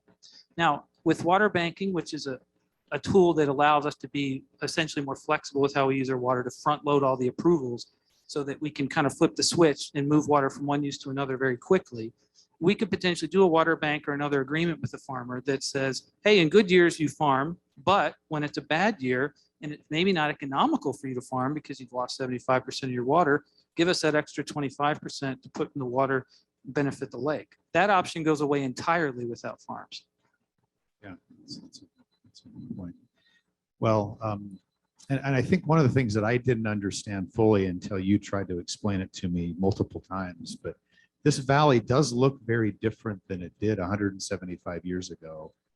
And agriculture and farms play a really vital role in now how water gets into the aquifers and how the state works, and that they're very important at this point, and getting rid of them would cause a lot of unintended consequences with water. Absolutely, absolutely. And the challenge with being a farmer is it's a very small margin business, and it's a very difficult business. Do you know how rich Joe Ferry is? Well, Sorry. Most farmers would say, I am land rich, but cash poor. And that's true. And the other challenge that farmers have, and this is something we've tried to change with the water banking bill, split season leasing, fixed time changes, was to create a third option. So if I'm a farmer right now, I have two ways to make money. I can either use my water to farm my ground, or I can sell my water rights off entirely. And what we've tried to do is come up with a third way in which they could enter into these temporary arrangements to use the water and to build off of hopefully some of that ag optimization work that Joel's building on. Because historically, farmers they didn't have an incentive to invest all that money, because if they save the water, they lose it. But now we have ways to protect that and hopefully get it to the lake. So we've got lots of different categories of leaders in this room, but I see a lot of my legislative colleagues in here. We're going to be firing the engines up in less than 2 weeks. What kinds of policies should the legislature be thinking about this session to make a difference? So there's a couple things. I think the most important one is money. And I remember when we were, these efforts, and I hope people understand that we've been working in the water community on the Great Salt Lake for a very long time. And it's all kind of paid off very recently. And so when we got all these bills passed in 2020, many of you who worked with us were in the room, I just remember thinking, okay, great. We have some really good laws now, but they're useless without money to implement them. And where are we going to get the funding? Well, now we have all this ARPA funding. And so I think that's a once in a lifetime opportunity. And honestly, that puts us, I think, 10 years ahead of where I thought we would be otherwise without it. So making sure we use that ARPA funding in a way that benefits the lake, that we capitalize on that unique opportunity, is going to be critical. And I think when we're talking about funding, there's a couple of things we need to keep in mind. And one of those is we're not going to be able to do anything that we've discussed today without our state agencies, our water management agencies, water resources, water rights, DEQ, drinking water, having sufficient staffing and direct appropriations to do the things we're going to do. All of these things are new. They're going to be more complicated, and they're going to require the third thing, and that is data and new methodology. So Teresa Williamson, our state engineer, if I file one of these change applications to put water in the Great Salt Lake, she's going to have to make sure that it's not going to impair somebody or that it's actually going to work. And she can't do that without adequate data. And right now, I think we're going to have to think about paying more to make sure that we have the data. I would say one other thing about that. In September, Audubon, TNC, Central Utah, and Kennecott worked together with the Division of Wildlife to put the first ever water right application together to put water into the Great Salt Lake. It's 21,000 acre feet. And the challenge with that wasn't really the law, it was the data and figuring out how to distribute it. So we can have all the great tools in the world, but if those agencies aren't involved, if they don't have the support they need, and we don't have the data to implement this stuff, it's going to be very hard to move quickly. Can I put you on the spot? Sure. It's probably comfortable, but do you think they have the resources they need and the people they need to do this kind of work right now, or are we under-resourced? I think you're under-resourced. I think you are. And the challenge is as a water rights attorney, there are no easy change applications anymore. They take me a lot more to do, and they're going to definitely take Teresa and her staff a lot more to do. And the other challenge you're going to see with you look at these state agencies is you have these very smart people who are very dedicated, but the turnover is astronomical because they're poached away from other agencies or they go into the private sector, and that slows things down. And so, no, I don't think that they're at the staffing levels. And there's a former Division of Water Resources director who used to make this point. He's like, if I could just get the legislature to see water the way they see roads, this would be a lot easier. And the reason for it is you drive on your roads, right? If you drive on a busy road, you see that it's congested, you see the potholes that are there, and you understand the need to support it. But part of the challenge we have is no one sees their pipes. We don't know where our water comes from. We don't know what it takes to get the water from point A to point B. Yeah, that's a good point. And you hadn't shared that with me before. I do think that maybe this is just my perception, but in the wake of the last 2 years and the drought we had last summer, I mean, I've heard more conversation between lawmakers about water in the last 18 months than I have in the 10 years combined. So I do think it's kind of on everyone's radar screen right now. Yeah, and I don't mean it as a criticism. It's just the fact is we're changing and we can't do things the way we always have. Well, we aren't used to criticism. So we are glad you're not criticizing the legislature. You guys passed all these bills unanimously, so I'm complimenting you. Well, I appreciate that. So let's keep going. You talked about you talked about data. I think I understand what you're trying to get to there, but you have these big companies like Rio Tinto. I see Josh here saying they would give some water rights to the lake, but you didn't understand how to calculate that or what that meant.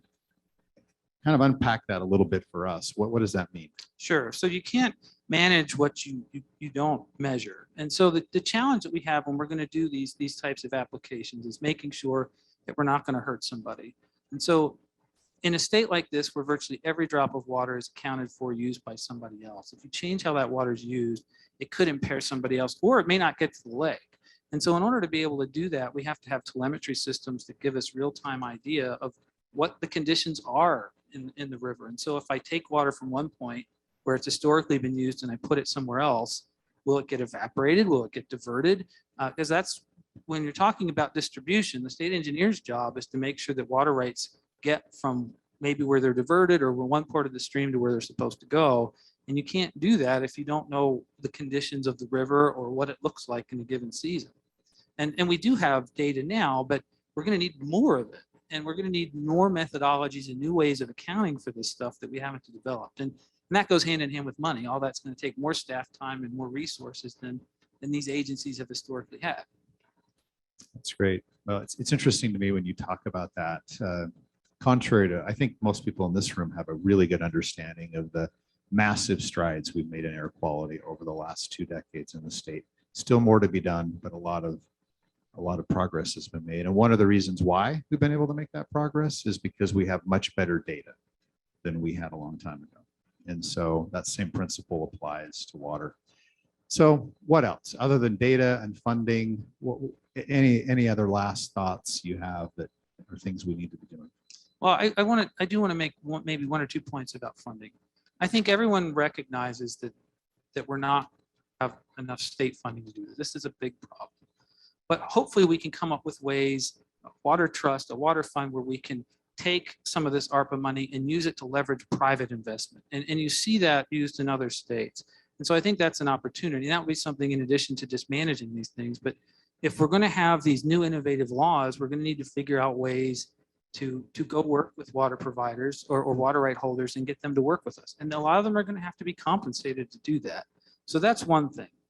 The key point that I would make, and the impression I got listening to these speakers, is this is how I feel we are in this situation. It would be like going to a doctor, having them take some tests and having them come back and say, you have a very serious medical condition. That's the bad news.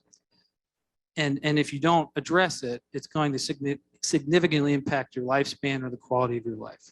The good news, however, is that you can change it.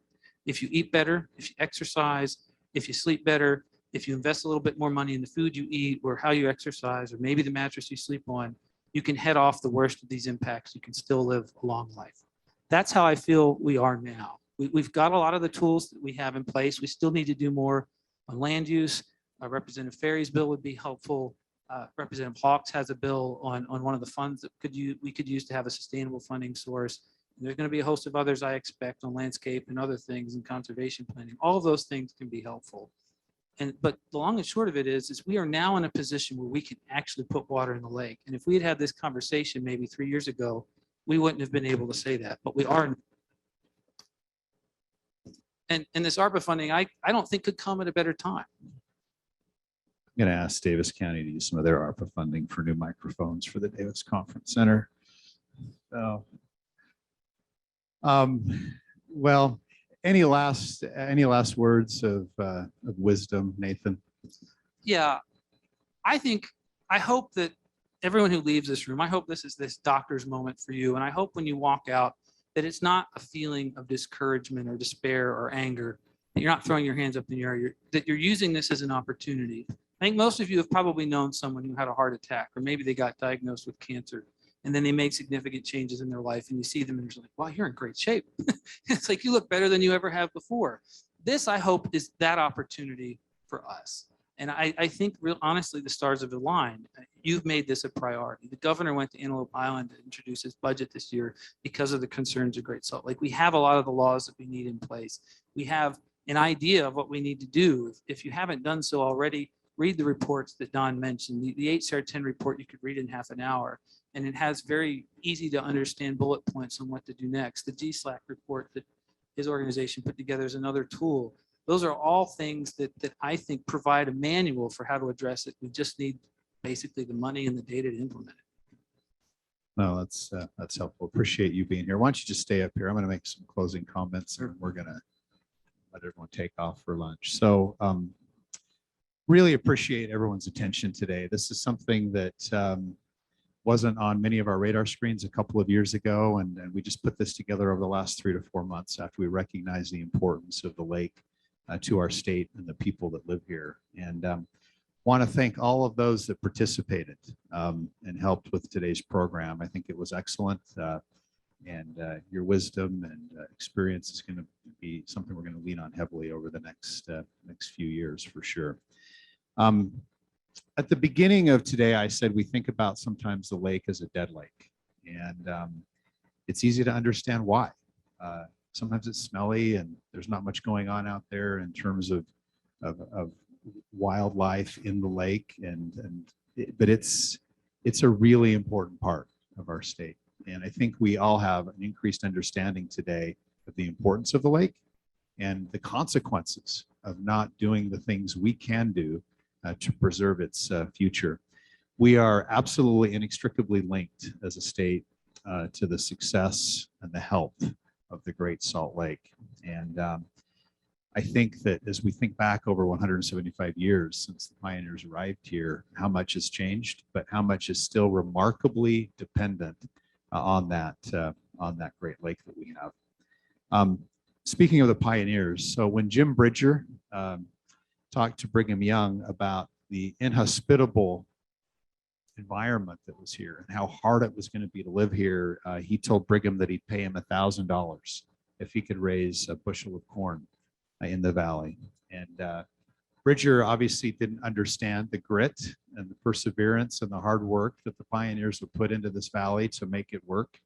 And that skepticism that Jim Bridger had clearly wasn't something that bore out to be kind of the way things played out. But I think that's kind of the moment we're at. And you talked about that, Nathan, a little bit. We've got this spot now where we've got to really bear down and be gritty and figure out what we're going to do. The Great Salt Lake isn't just the name of our capital city or the name of a lake. It's absolutely part of the identity as to who we are as Utahns. And we saw today all the impacts that it has on our everyday lives. And we've got to work together to come together and figure out some of these things. And today's been kind of fun for me to see political leaders of both parties, researchers, environmental groups, policymakers at the state and local level all work together on something that we absolutely need to pay attention to. I know as a lawmaker, I'm committed to this, and I think all of you are as well. So we will roll into the legislative session, and the legislature will do its darndest to make a difference, but the work isn't done. We'll be back talking about this in some form or fashion, whether it's a summit or something like that, time will tell. But I think this group that's in here in particular is going to need to work together a lot over the coming decade to address the needs of the lake. Thank you for your time. Be safe out there and have a great day. Bye.